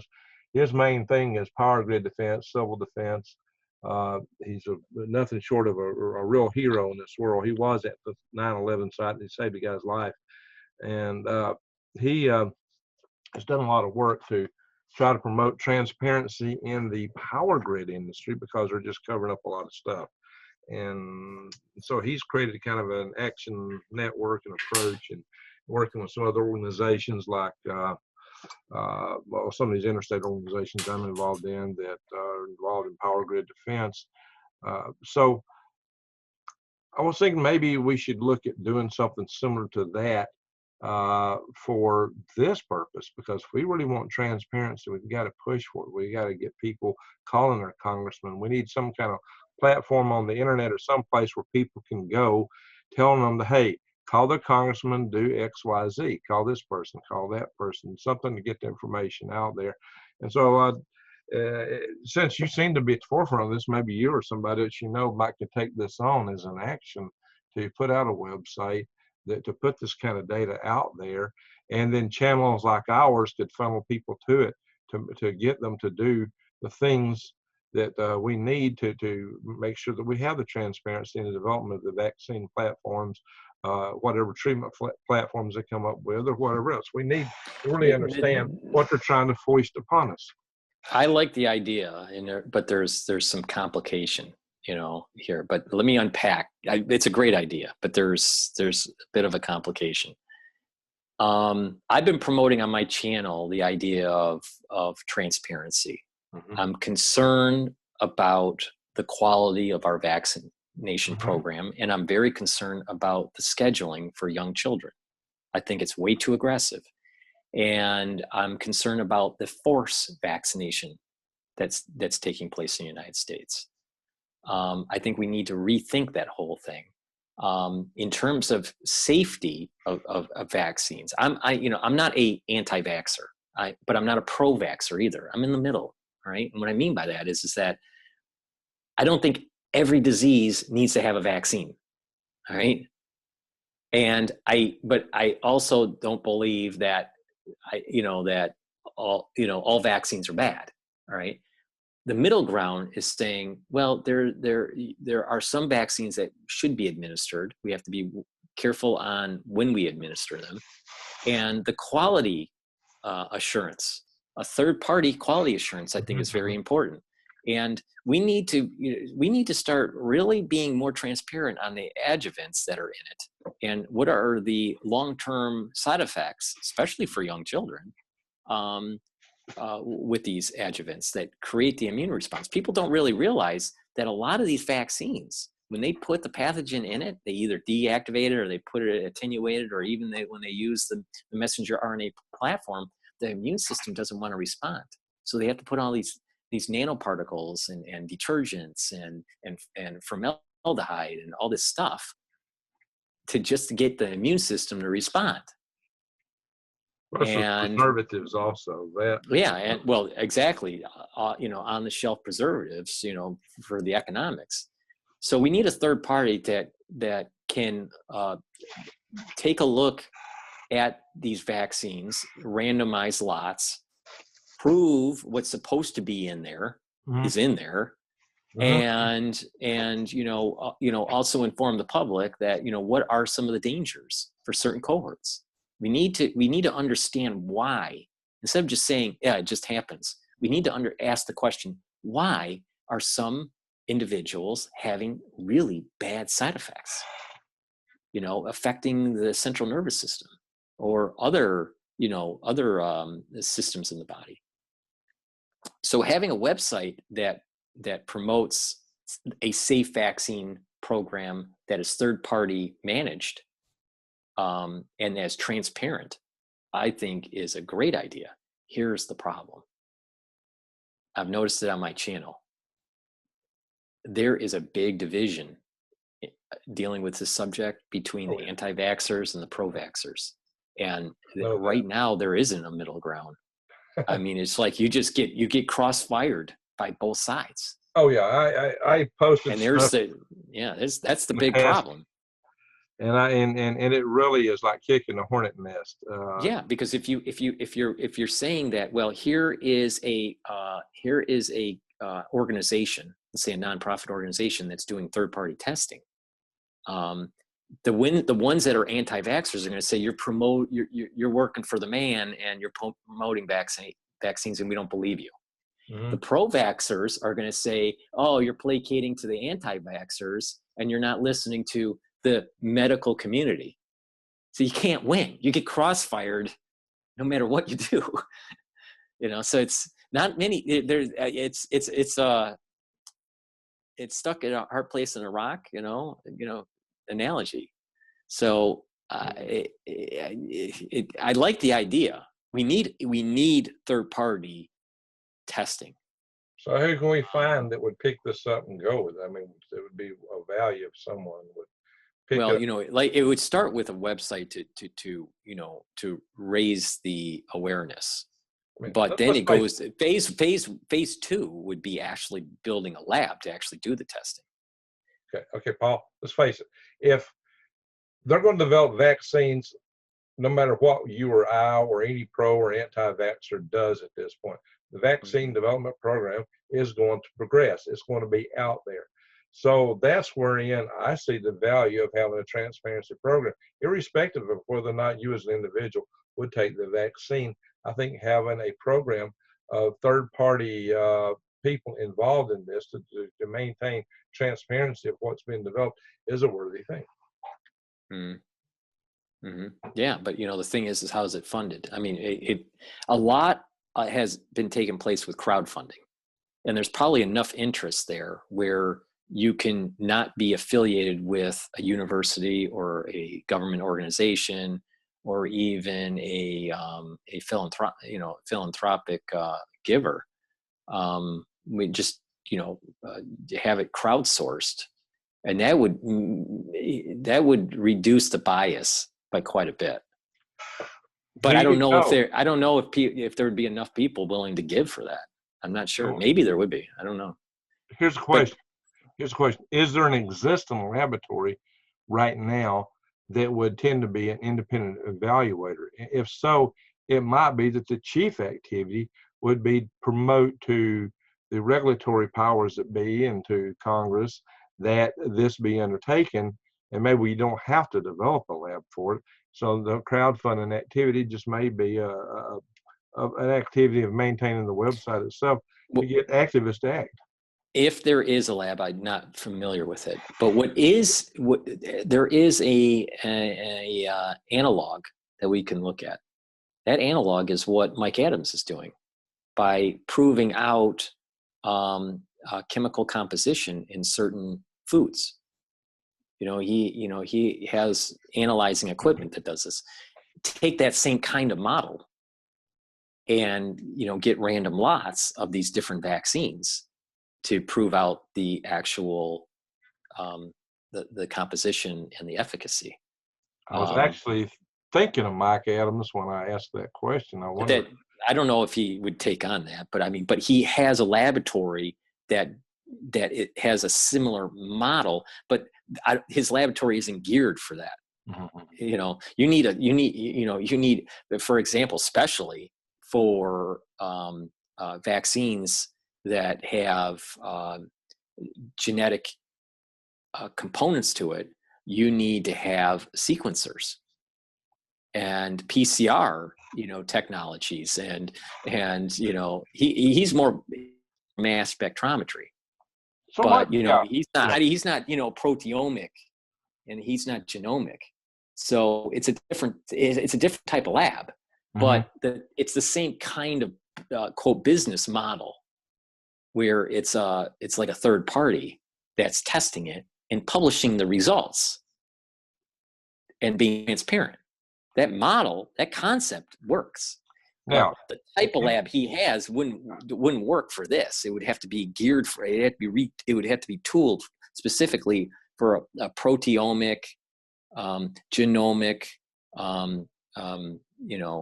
type laboratory. Yeah, but he may know someone. Somebody can contact Maybe. him. He may know someone. Now Exactly his lab could probably test for the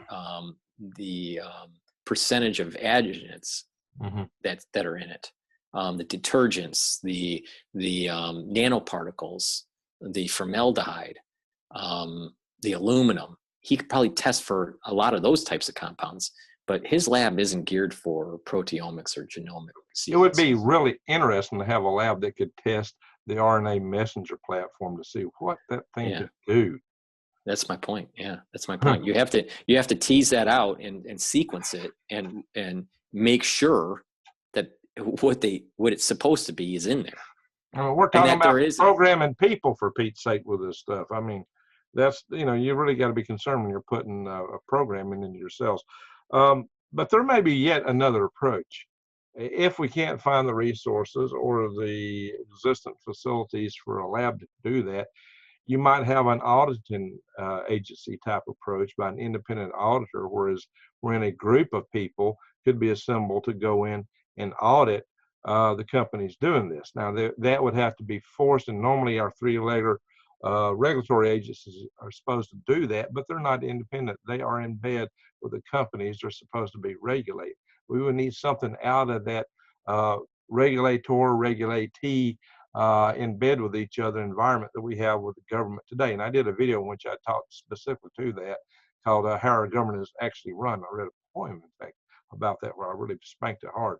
But that's what we got to get away from. We need some real true independent eyes, but it may require the force of a regulatory agency to make it happen. That's the sad part about it.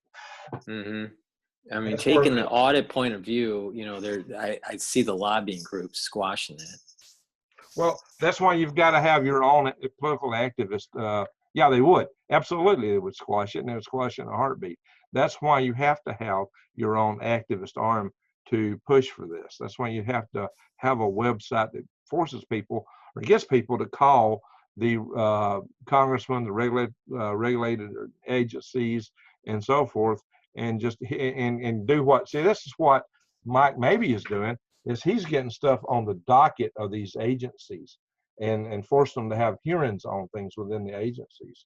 So they've always had the mechanisms to do that, but no one ever exercised them before, and he's doing that. And so that's really interesting. And by the way, I have had a lot of experience with that. I was chairman of the policy committee, the National Space Society, for 10 years and led a lot of groups running up and down the halls of Congress.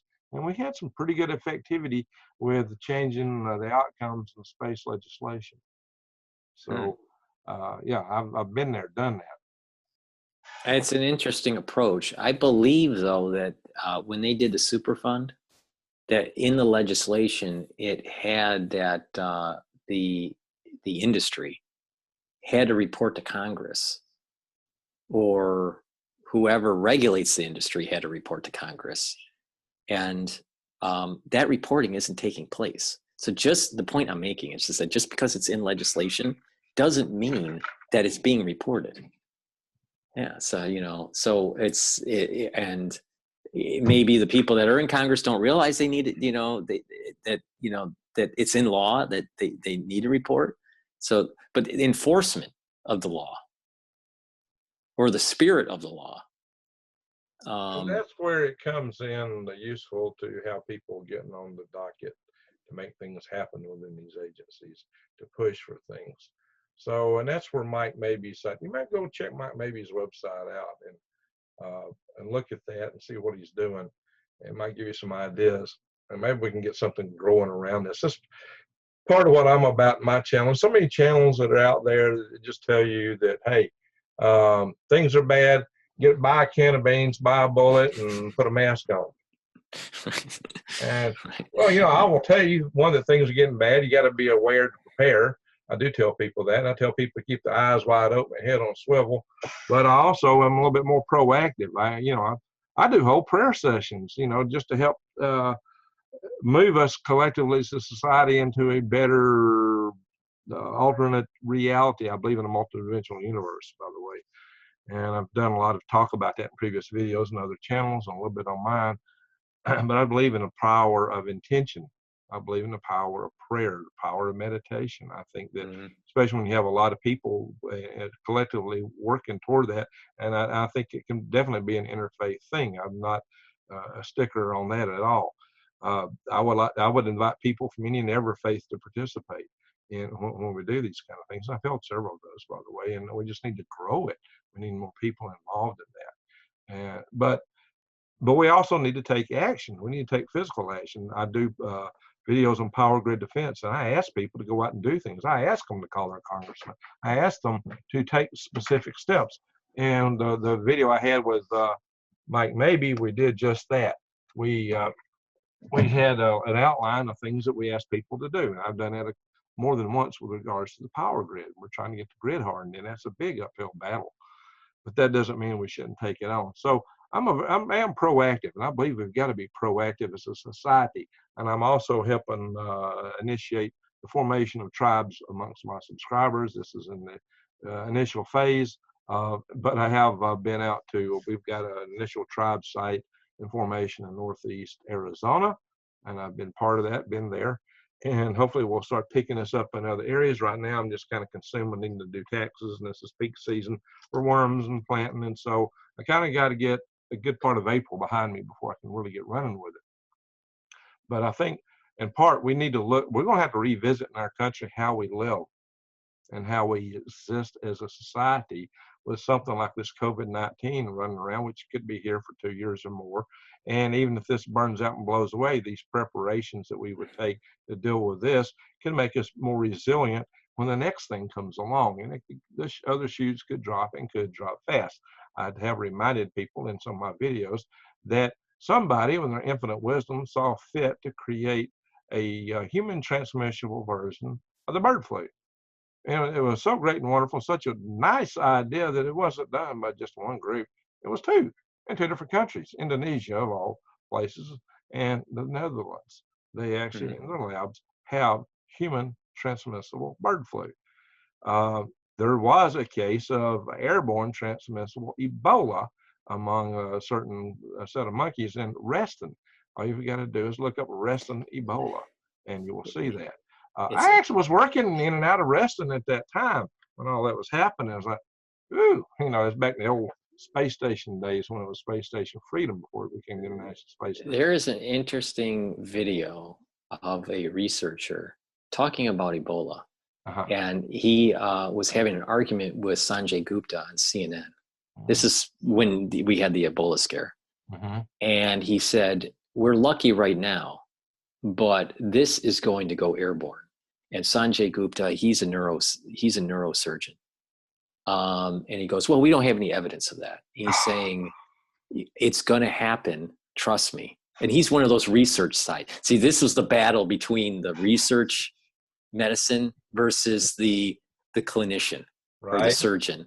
And it's, here we go. And, he was just saying, well, there's no evidence of that. Well, there is. Well, it happened. It happened like over 20 years ago. So it's just a matter of time. I see this as the similar kind of mindset that we had in NASA with the O-ring for the shuttle, and they go, well, we haven't had an O-ring blow yet, have a catastrophic failure. Right. And, and it just so happened I think it was in January, winter day, that O-ring was frozen and it didn't seal right and it blew up. And people have this hubris that they think they know.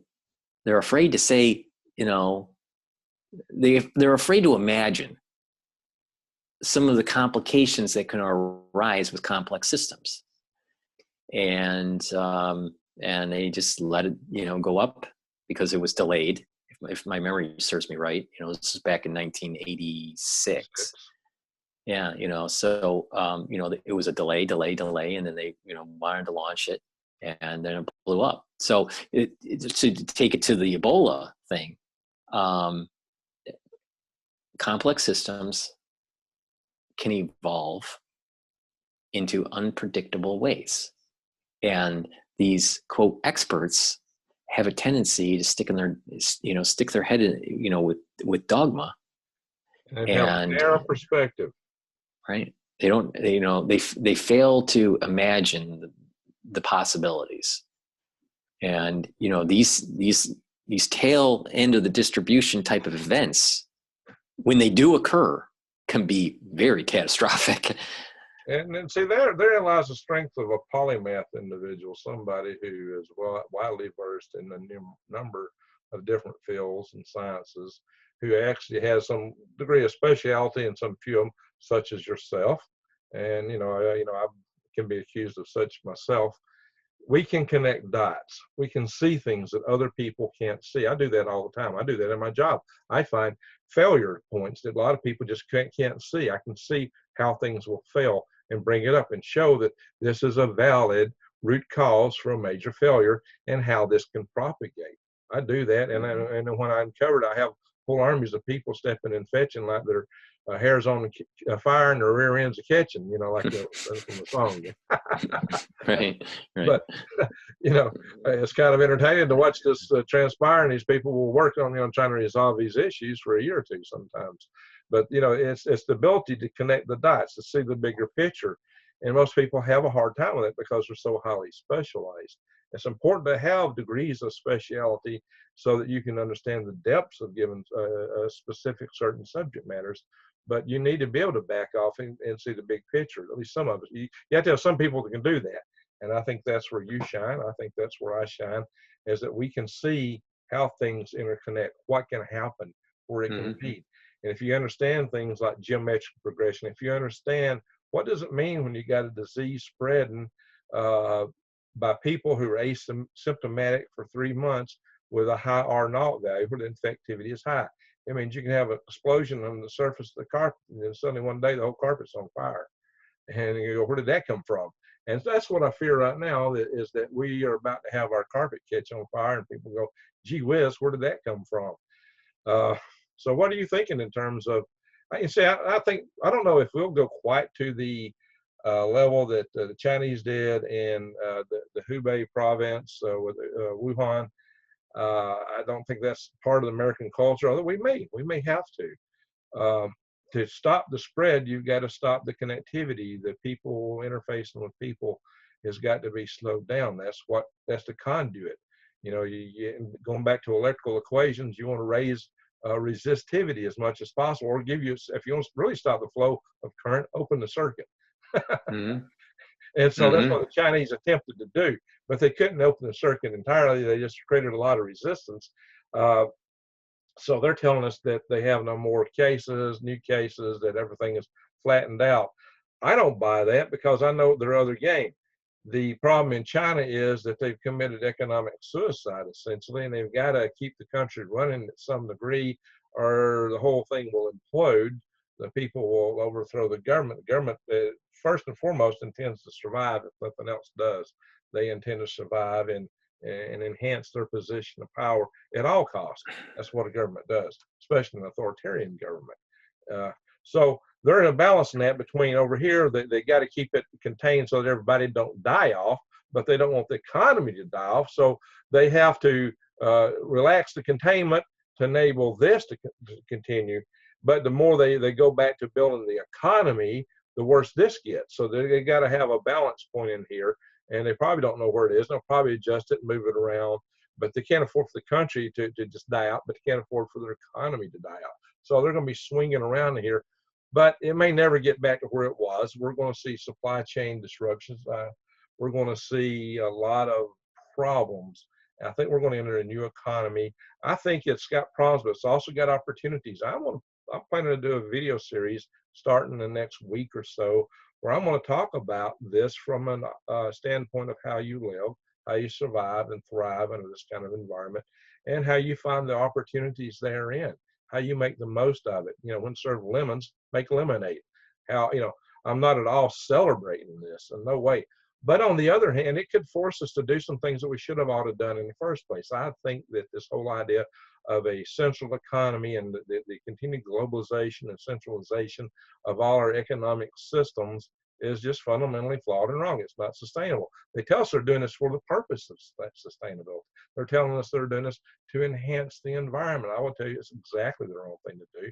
All the international trade, you know, what they do is they tell us how to restrict our lives here in this country, but we have these big cargo ships steaming across the ocean back and forth, burning the lowest grade oil that you can imagine, which really dirties the environment more than anything we're doing here.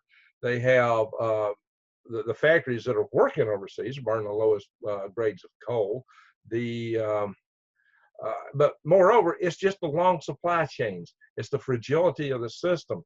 It's the centralization. They like that because centralization equals control. But the true resiliency, the true way to promote better stewardship of the environment is localization and decentralization. It is to have people buy in from local producers, to have independent producers, to have a multitude of producers. There builds in your redundancy. That gives you all kinds of redundancies, resiliency, and it's better for the environment because you're not trucking stuff all over the world. For food, you get a higher nutrition value from something bought local than something stored for a long time. And also, food that has to be shipped and stored for a long time is developed, like certain vegetables are developed and promoted for the storability, the sustainability on the shelf.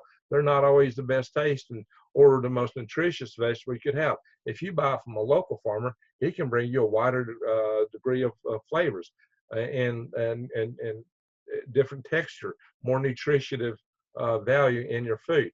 And if you grow for yourself, you enhance it even farther. I would submit everyone should try to grow as much as they can themselves.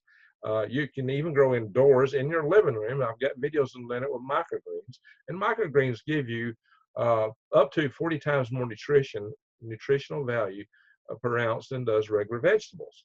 That said, you can get a lot of bang for your buck, and you can grow a lot of greens in a small area if you go back and look at those old videos. And a good source for that is True Leaf Market. I have an affiliate program with True Leaf Market. You can check the links under many of my videos. I'll try to get some under this one also.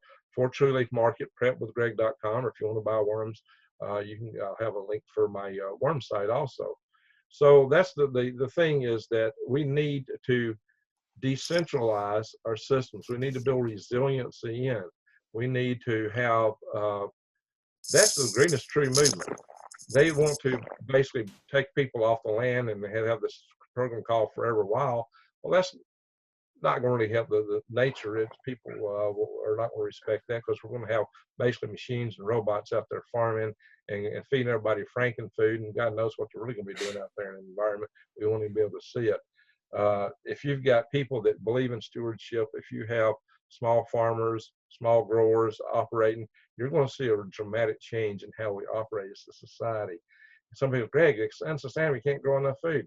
My friends, I've already done videos on the DeVace family. We produce 6,000 to 7,000 pounds of food on a tenth of an acre. They feed a family of 4 adults, and they also sell from that and make a living from it. It's not a great living, but because, you know, it's just a tenth of an acre and they're dividing it 4 ways, and now 3 because the father has passed. But they do amazingly well, and they're a well-adjusted family. Now, if you take that and extrapolate it over the 42 to 47 million acres of lawns in North America, just from our lawns, we could feed 2 billion people. So these people that tell us, oh, we have too many people, we have this, they're full of hogwash. It's not true. It's just that we're not living in the proper way. And that's one of the things I want to do is to start taking my channel toward the direction of how do we have a more sustainable, level, producible society? How can we move forward and advance humanity and live in harmony with nature without all this centralization and control? Because I tell people the goal of my channel is to help you survive, thrive, and stay out of the hive. And it's right the opposite of where others would like to take us. But we've got to get through these things like what's in front of us now with the COVID-19. But there does lie in the opportunity that we can use this to figure out how we do additive manufacturing from the home, how we make a living from our homes, the things that we can do more and more in a decentralized manner that can radically change how we live as a society, make us more resilient, make the individuals more independent, and give them more pride in their ability to sustain and maintain themselves, and really change the dynamic of society in a positive manner. So you can always take something and make good from it if you really have the impetus and the wisdom to do that. And that's what I really hope to do here, Paul. And, I'm looking for guys like you and other people that are family of YouTube channels that are out here trying to promote this stuff, that we can work together toward these goals. My followers and my subscribers are definitely tuned in with that. They really support that line of thinking. So, like I said, I'm here to be proactive. I will tell you to take, the right kind of nutrients. I will tell you to prep and buy beans, but I'll also, and I'll tell you to take personal protective equipment and use it. But I want to be more proactive. I want us to have a better world. And what I want to have is a society that on the other side of it hits the fan, that we can stand up and shake it off and build a better world. I totally agree with you. I mean, I really do. I'm all about that stereolithography, concept of manufacturing. Yeah. When I was in engineering, we called it stereolithography, not 3D printing or additive manufacturing, but MIT has really dived into this a lot on, how to make this more localization versus, globalization.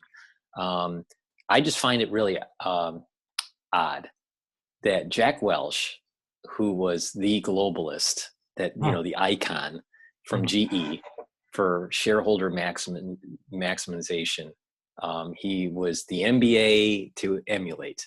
All right. Everyone that was going to MBA school, they wanted to emulate Jack Welch. Mm-hmm. Well, he just recently died at age 86, I think it was. But it's just odd that as we talk about localization versus globalization and the need for sustainability and local manufacturing and the fragility of these global networks that he promoted, all right, and the MBA, those schools promoted, and I got an MBA, and that's what they told us, right? That pendulum is moving towards localization to reduce that fragility. It makes more sense. It makes more sense in so many arenas. But I also see a localization of medicine, customized medicine, precision medicine. Well, with additive manufacturing, you have some capabilities there, but also I see more. What we've not done is fully investigated what herbs can do for us. There's powerful things that we can get from our family of herbs. And I am a futurist. I mean, I'm sitting here as a Green Greg's worm farmer and prepper and gardener on the Green Greg's channel, but I come from a background of futurism and space development. And I have another sister channel called Galactic Graves I want to mention again in a second. But if you're in a space habitat, which is a miniature version of Earth, and this applies to Earth at large too, really and truly, is you're taking medicines and things that you don't metabolize fully, and they're coming out your kidneys and going back in the environment. You're wreaking havoc upon your environment with these medicinals. If you have natural medicinals that break down, it's far better for the environment. If you're living in a very small environment of a space habitat with a closed loop life support system, that is a huge problem. It's a problem on Earth with our large life support system, ecological life support system. But the more you can use natural substances that break down naturally, the better you are. And furthermore, you can grow these. You don't need a factory. You don't need an expensive chemical. Well, it's a change in mindset. I see farming and manufacturing as the same thing. Yeah, it is. And a lot of people think that manufacturing, it's this mechanized, thing. No, manufacturing is about production of something. And how the means of production, it's varied. But farming and manufacturing to me they fit hand in hand. I mean, Henry Ford was a farmer, before he made the Model T, so, a lot of these, homegrown car companies came off of farms. You know, some of the best engineers that I ever known have been, you know, from a rural community. So, you know, so I see farming and manufacturing as just one thing. Yeah, they make different types of products, but it's like, so it's the mindset. It's the mindset. We have this mindset that farmers are uneducated or you know, they can't talk or can't read. And that's totally untrue. You know, it's totally untrue. I did a video about Mike Wimmersberger's, as you might recall. Right. You noticed how he didn't last for very long on that stage. I mean, he was just totally killed on that debate stage. He didn't have the charisma. He didn't have the charisma to be president. He barely had the charisma to be the mayor of New York, but he had the money to be the mayor of New York, and the connections because of his company, and you know, headquartered in New York. But yeah, I agree with you. It's about localization, and it's about, you know, looking at these as opportunities. Yeah, we can still. I think we still need connectivity. I think the internet is a tool that can be used for good or bad, but it definitely enables us to do this. It enables a lot of work at home opportunities that we didn't used to have, which I think is really great, because I don't think the office space that we have today is good. I think that we could eliminate it and eliminate a lot of overhead, eliminate a lot of transportation costs, eliminate a lot of energy utilization, what we're doing to our highways. We can lessen the burden on them if we do more work from home or additive manufacturing. You're not going to need as many distributed systems and utilities and stuff. You'll probably need more internet. Yeah, so there will still be manufacturing. There'll still be factories, and there will still be some centralized systems in a world like that. But I do think that we need to decentralize as much as we can and build in resiliency, a more localized approach to how we live as a society, more communities. There's a lot, if we form in communities and if we don't have to move around and people become communities the way we used to have, communities were like extended families. You had a lot of friendships and people cooperating and helping each other out, and kids would develop affinities for the neighbors, and you wouldn't do something stupid. You might be mad at your parents where you would have done something stupid, but that neighbor that you're so close to, you wouldn't want them looking down on you. That neighbor might have been like a virtual aunt or uncle to you. And of course, there is extended families that could reform and have the backbone and the buttress that our kids don't have today. And so our society wouldn't be drifting and you know, open loop as it is right now. If you know control systems, Paul, you know what I'm talking about when I talk about an open loop system. It's out of control. And that's the way our kids are growing up today, is they don't have that foundation. They don't have the ground. They don't have that to fall back on. They're raising themselves. It's like being raised by wolves. The gangs are raising them. That's the only family some of them have, and that's a tragedy, because they can have so much better lives and get the encouragement and the nurturing that they need. They do need some tough love, and people need to return to that idea. As a farmer, I can talk that no end. I've done a video on that. But we can turn our society around and build a better society. I'm totally convinced of that. And it doesn't have to depopulate, as a lot of the powers that be claim. I don't think that, you know, if you look at Western society like Japan, United States, if it wasn't for immigration, our population would be in free fall. We may have to do things to maintain our population at some point. Once society gets to this level of existence and comfort that I'm talking about. And I'm talking about living at a standard of living probably better than what we have today, but doing it in a way that has almost no impact on the environment. And I'm not promoting that from the standpoint of carbon. It would have that effect. We may have to burn coal fields just to keep the world from freezing. Right. Well, let me unpack some of the things that you said. It's really important here. Mindset in the United States, at least. I'm not so sure in Asia, probably in Asia too, but let's just focus on the United States. The mindset for the last couple decades, at least, has been quick buck and, you know, get rich quick. They don't want to work.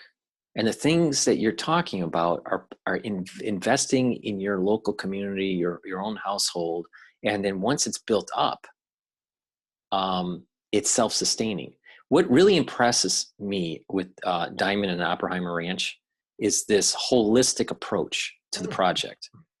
The geothermal, stuff that he's doing. I mean, it's really cool. I mean, from an engineering perspective, you look at what he's doing. It's adding in the agricultural aspect to it with the thermal energy, and it's really interesting what he's doing. But it takes time to build. You have to build it. Oh, and yeah. So the majority of the people, it's ingenious what he's doing. But majority of the people out there, they are a convenient. They have a convenient mentality. They want the can of soup. They don't want to make the soup. They don't want, everything has to be in convenience. And then when they're going through their education, it's about, for me, I did a lot of education to learn, really to learn. It wasn't about a job. See, right now, what people are doing is that they translate education as a job, not education as learning, and that educational learning process is lifelong. So they're focused on this money, economic, quick buck, and and when you couple that with being detached from nature, and you're living in this more technocratic a society, you lose balance. You're not with nature and the cycles of things. When you're growing something, when I had the little garden that we had a 25 by 25 foot garden in Michigan when I was living in Michigan. And so we had quite a bit of produce that we canned and froze. But I missed that because I was in tune with nature. I saw the cycles. I went out in the morning and I watered the garden.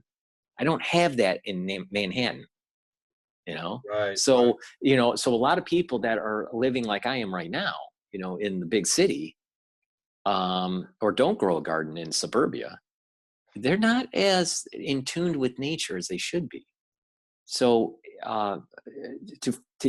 people's mindsets have to change to get to this sustainability concept. They have to be willing to work, willing to put in the sweat equity, willing to have patience and wait. And once you start seeing what you're building, producing what it was designed to, then you can benefit. But a lot of people don't have that long-term vision. And like I said, people like you that are, doing actually doing what you're preaching, and building this kind of infrastructure on your own land, and Diamond, and Diamond, with the Oppenheimer Ranch. I mean, this is what you guys are doing. What you and Diamond are doing is the future. Oh yeah, I really, that's why I like Diamond. He does it. He talks. It's one thing to talk the talk, but you got to walk the walk. And he is out there with his greenhouse, with his barn, with his, he's got a lot of water. He's got that thermal greenhouse. He's got a lot of stuff he's doing. And he's doing his, also his, what do you call it? Earthship house he's building. So my concept is something like an earthship on steroids. You can see behind me here, I'm doing power grid. And when I'm circling here, video, but I'm sitting next to my solar panels that I built for my greenhouse, and those are solar thermal water heaters, by the way. And I have an aquaponics system in my greenhouse, and that's a very science technical production means of growing things. There's some videos down here on my microgreens as I'm going way back. So if people want to see all the videos on the channel just for the watcher, just click videos up here and you can see. And if you scroll down, sometimes you have to click more. It just depends on what browser you're looking in, if you can see them all. But you can see I do videos on gardening, indoors, outdoors, aquaponics, the worms, let's see, there's the home, that video, survival communities and universal habitats. And I think this is a joint program I did with Rex. I probably should redo that in a program dedicated specifically to that topic. And here's a video I did about the human hive soon to arrive. I've got a lot of videos in here. Tough love down there. the tribes stuff I'm talking about. This is where I'm in Arizona. Some of these videos here, Rex and I out in LA. So yeah, I cover a lot of different things here and prepping topics. Here I am talking about hunting silently. I'm out with a blowgun. I used to do a lot of blowgun stuff, and I've just started back on that. That was actually the first time I was out shooting them again. This is my video with Mike Mabee, Command Sergeant Major Mike Mabee, that I would encourage people to watch. I have a story, just a real quick story. When I was in undergrad, I was dorming down at Wayne State in Detroit. That my undergrad's from Wayne State University. Okay. So the university is in Detroit, Michigan.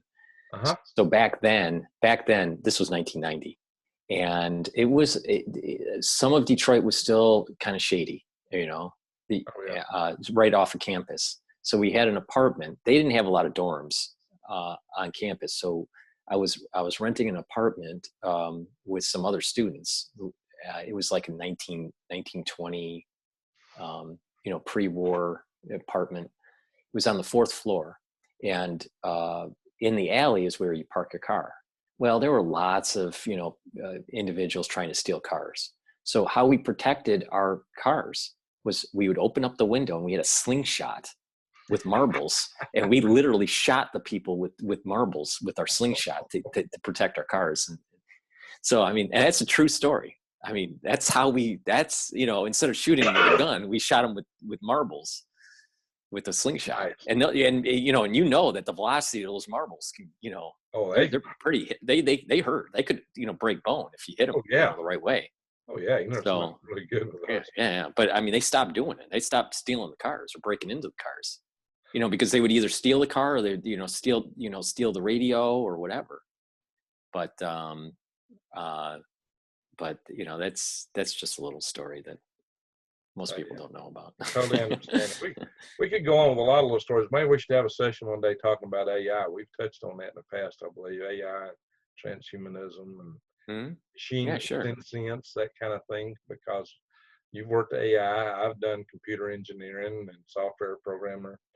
I'm working with avionics right now, so it's just we're both from that school of thought. So we could have a lot of fun on the video on that one day for it when we have something to talk about besides the coronavirus. Right. But this is a major topic. So, all right, we've covered most of the waterfront I wanted to talk about. We've, you know, kind of talked about you. We've talked about the rate of expansion. What do you see a timetable for lockdowns, for quarantines in the United States? Do you think they would be entirely voluntary self-quarantine that would have, or that might have the same effects as to some degree as a major quarantine in terms of product availabilities?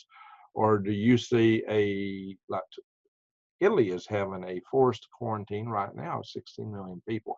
I kind of think we may find ourselves in that category. What do you foresee, and when do you foresee it?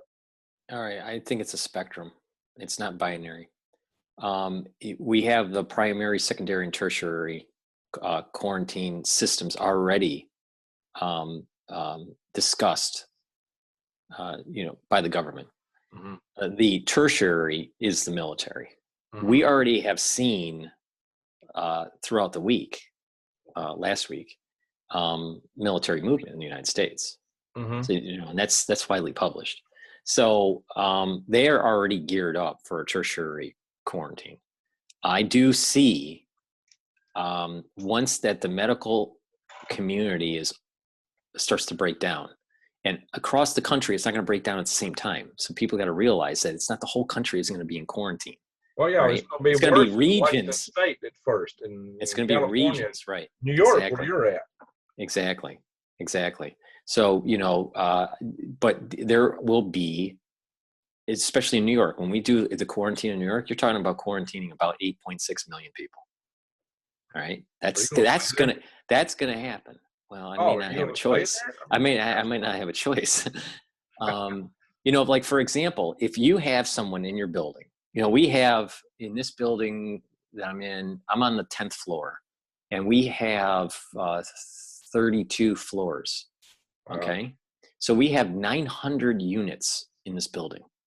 All you need is one person sick with COVID-19, and everyone living in the building is quarantined, cannot move.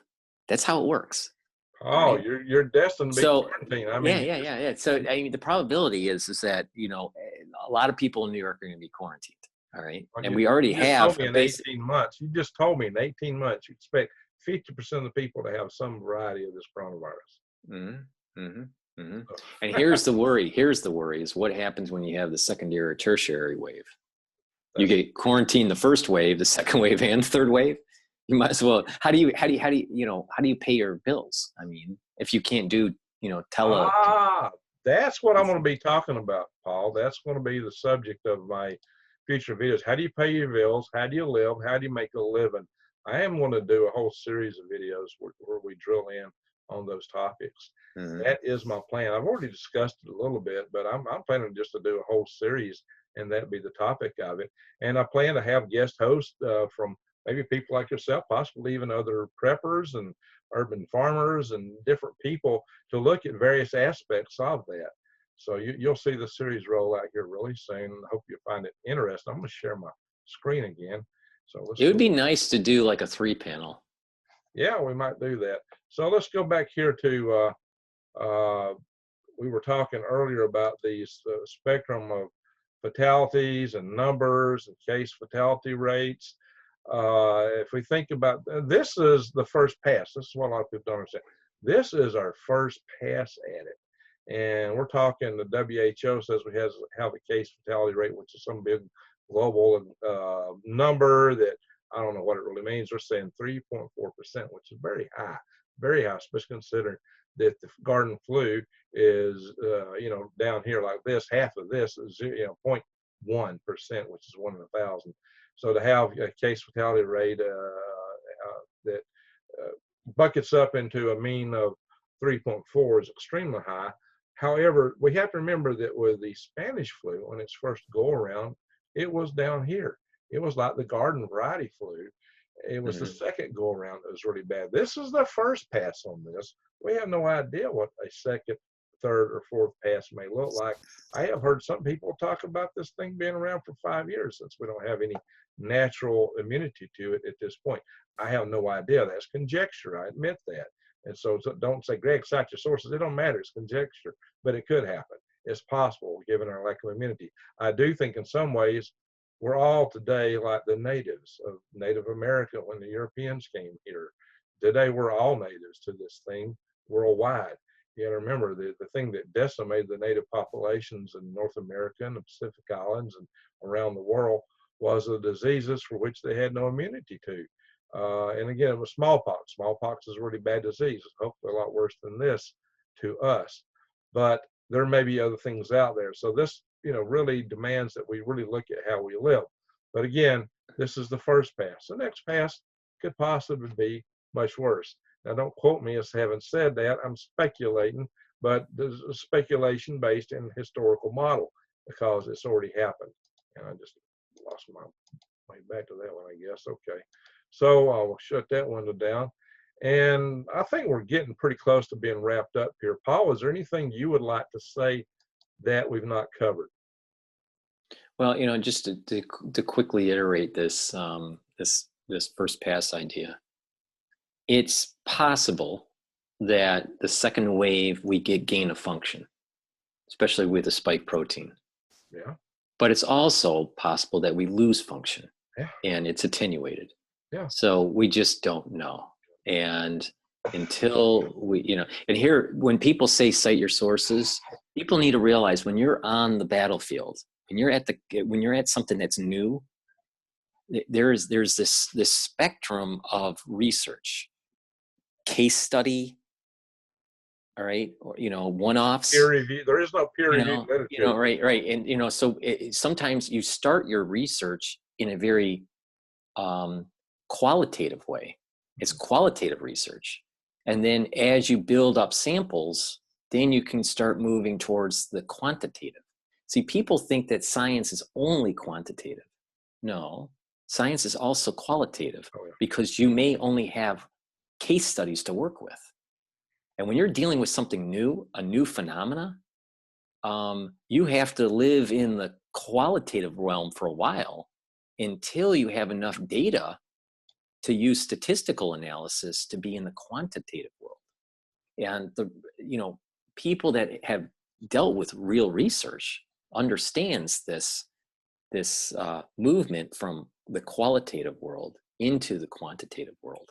So these people that are just focused on state your sources, I need more, you know, I want to see this, you know, a strong power value in your statistical analysis. You can't do that until later, right? These numbers that we're basing this off of are all questionable at this point. Right.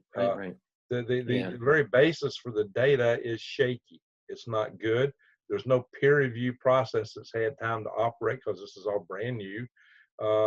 So in a sense, it's the fog of war. It's what I call the fog of war, right? Amen. So when we started this out, the total case, confirmed case for the United States was 474. I did an update. It increased by 10. Now, we've been going a fair little bit of time since then. This is the longest program I've ever recorded. So hopefully we keep people this long. It may be down to 10 or 15%, but the people that follow this video this long will be really, truly interested. They're going to be the hardcore subscribers who really want to know this information. But I would like to. But to prove to see if they actually listen to the whole video. Mm-hmm. I want them to comment in the comment section that I like French press coffee. Okay. All right. So if they comment that I like French press coffee, then you know that they got to this. Bingo. There we go. So if you're listening, tell us you like French press coffee, and the rest of yours will go, what? But Paul and I will know what you mean. Perfect. I have planted some seeds like that. That's a really good one. So let's do the update here to see where we're at in the United States right now. Started at 474. What we've been talking almost 3 hours here. So that's the whole world. U.S. Whoa, my gosh. Oh my gosh. We're at 5. Yeah, see this is in just no time flat. Yeah, this is my point. Is that we are going to be we are going to be in the thousands by the end of the week. Wow.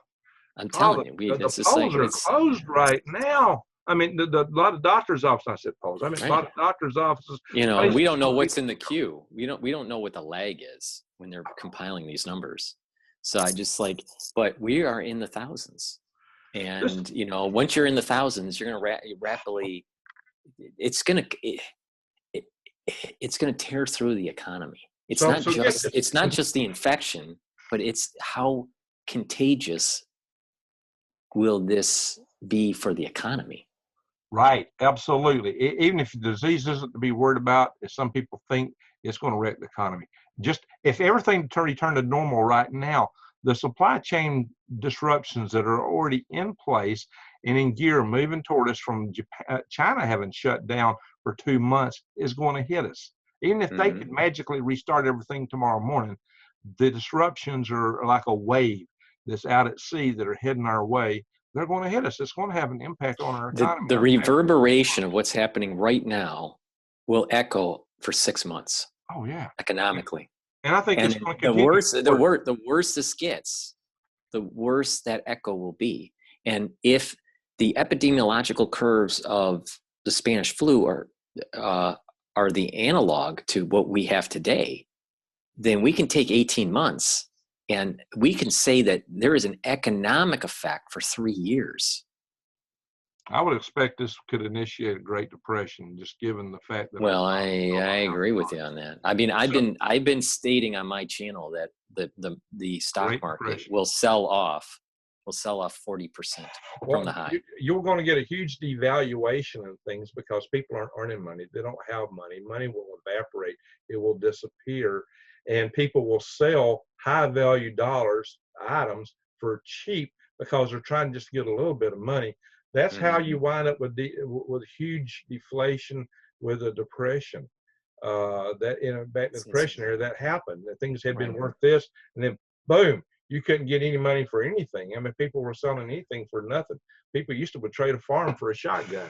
There's no one living in the United States, let alone the world, that remembers the Spanish flu nor the Great Depression. Oh, my And dad we're remembers probably, the Great Depression. My dad remembers does the it? Great Depression well. Yeah, my dad's like Really? 1799. He was 9-year-old when it started, or 8. So he remembers it well. He remembers before the Great Depression. He can remember the difference, and he's actually spoke to that on my video. Okay, so he remembers the Great Depression, but Yeah. he wouldn't remember. He wouldn't know the Spanish flu. No, not But Spanish. here, He yeah, was but born so in there's 1921. 19. Okay, so, Yeah, so look at this. there's not that many people in the United States that are at that age. That's true. So All right. if you think about having started this program with 474 and went to 42 additional cases, that's almost a 10% increase in confirmed cases on a In 3 Sunday hours. during the course of a conversation. Mm-hmm. We're going to see thousands Yeah. in this country in a very short amount of time, and it's going to jump up to tens of thousands. So my friends, subscribers, as I've mentioned before, the time to prepare, you should have been prepared long ago. I've mentioned this in a few videos. If you're not prepared, run, get prepared. Don't panic, just get it done. Like our old good buddy used to say, get her done. So that's what you do. You don't need to waste time anymore. Go out, and if you can still get to Costco, and if they still have beans and rice and toilet paper, you might want to get some. You may not be able to get out really soon. What I mentioned, I think it was on your show. I said that there's a couple psychological barriers. There's the 100 mark barrier, where anything that was under 100, people weren't too worried, and then they would start to be concerned. Then once you hit the 1,000 mark barrier, people are going to start getting, concerned, very concerned. Once you hit the 10,000 barrier, you're going to have pandemonium. Okay, this is just a few days ago where we were in the 10s. Now we're in the hundreds. And we went up the course of this call as many cases as we had just a few days ago. Right. So and so last week we didn't have the Costco, sell-offs, right? And the shortages, now we're having the shortages at Costco. And that's in what I call the worry phase. All right. Or the concern, well, I should say the concern phase. The 100 to 1,000 is the concern phase. The worry, well, it depends on how you use the word, but when you're really concerned, after you hit the 1,000, you're going to start seeing a lot of product being sold very quickly, because everyone's going to start hoarding between 1,000 to 10,000 cases. And we're going to be there. You're going to have 1,000 within a week. Yeah, within a few days. We're just a few days from 1,000. Yeah, we're probably going to see that on Tuesday. I wouldn't be surprised at all. So people need to, right now, go ahead and put in those orders. Go to prepwithgreg.com, and get that long-term food storage. Get the water purifiers. Get the things that you need to protect yourselves. I'd say first and foremost, buy the beans and rice that you can get at your local store. Your first $10, the next $10, if you still got 10, or 100, 200, go to prepwithgreg.com. Go to True Leaf Market and get seeds. Seeds are going to be very important, heirloom seeds. I'm going to do a video on seeds and survival. I'm going to call it The Seeds of Survival.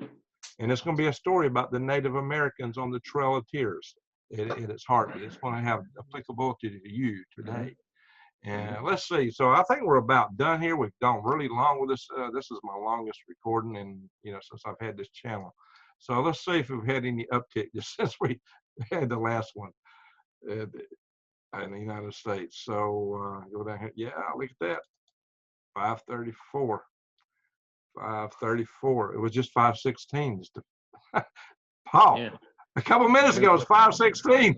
Yeah, we're in a we're just it was waiting 516 a few minutes ago. Just right. a couple Once of we minutes get, ago. once we get, and this is indicative of getting the test kits available, and not all the places have test kits. Oh, once they do, and they start having the 1,000 throughput a day for testing, you're going to start seeing pandemonium once they hit the 10,000 mark. Mark my words. Well, and you're talking about, of course, this meeting is expanding. Well, the rate is going to be. Remember what I said, that we have thousands of cases in the United States right now. We're confirming them now because they're now finally testing.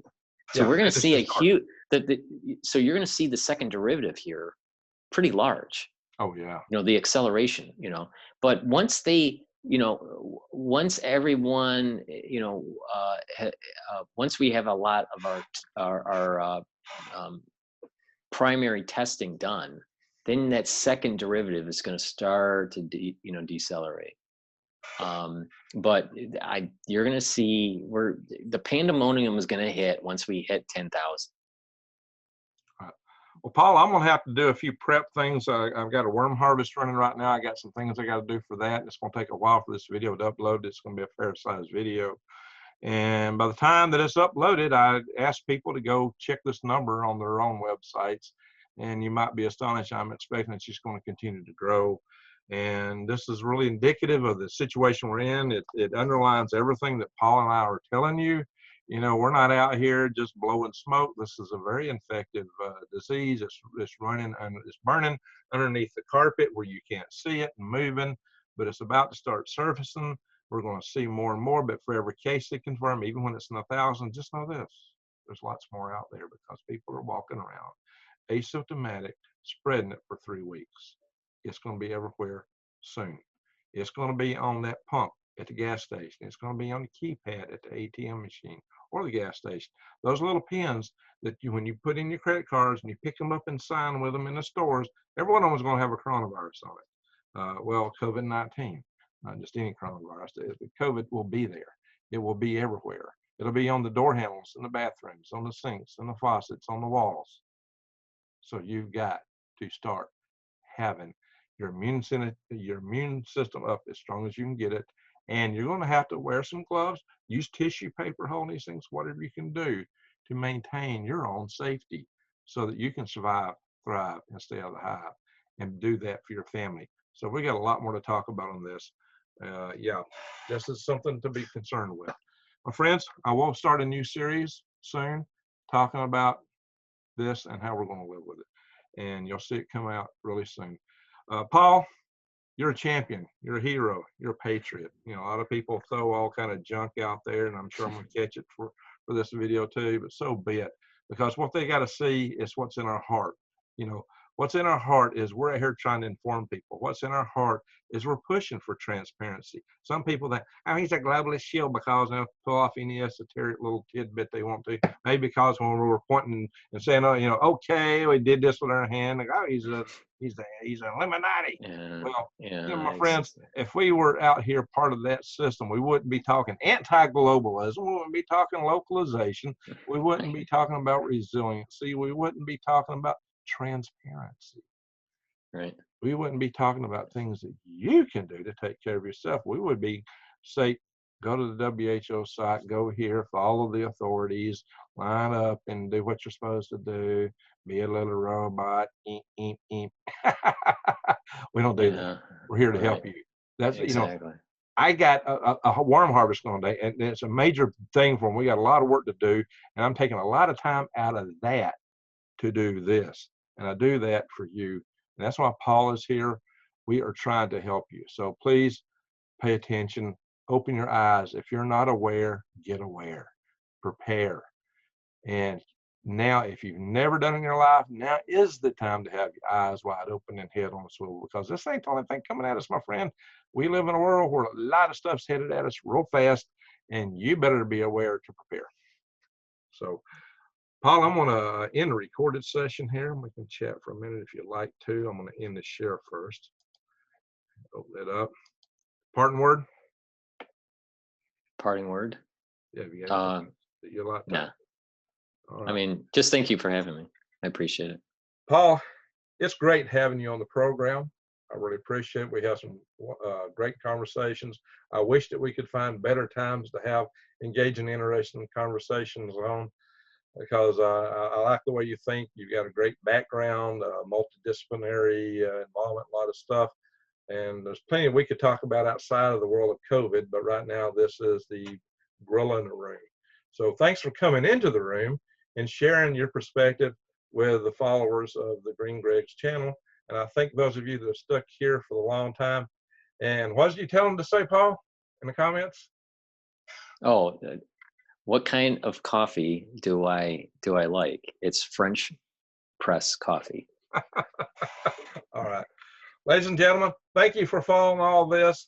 Stay safe, prepare, and just watch it out there. Stay safe, my friends. Thank you very much.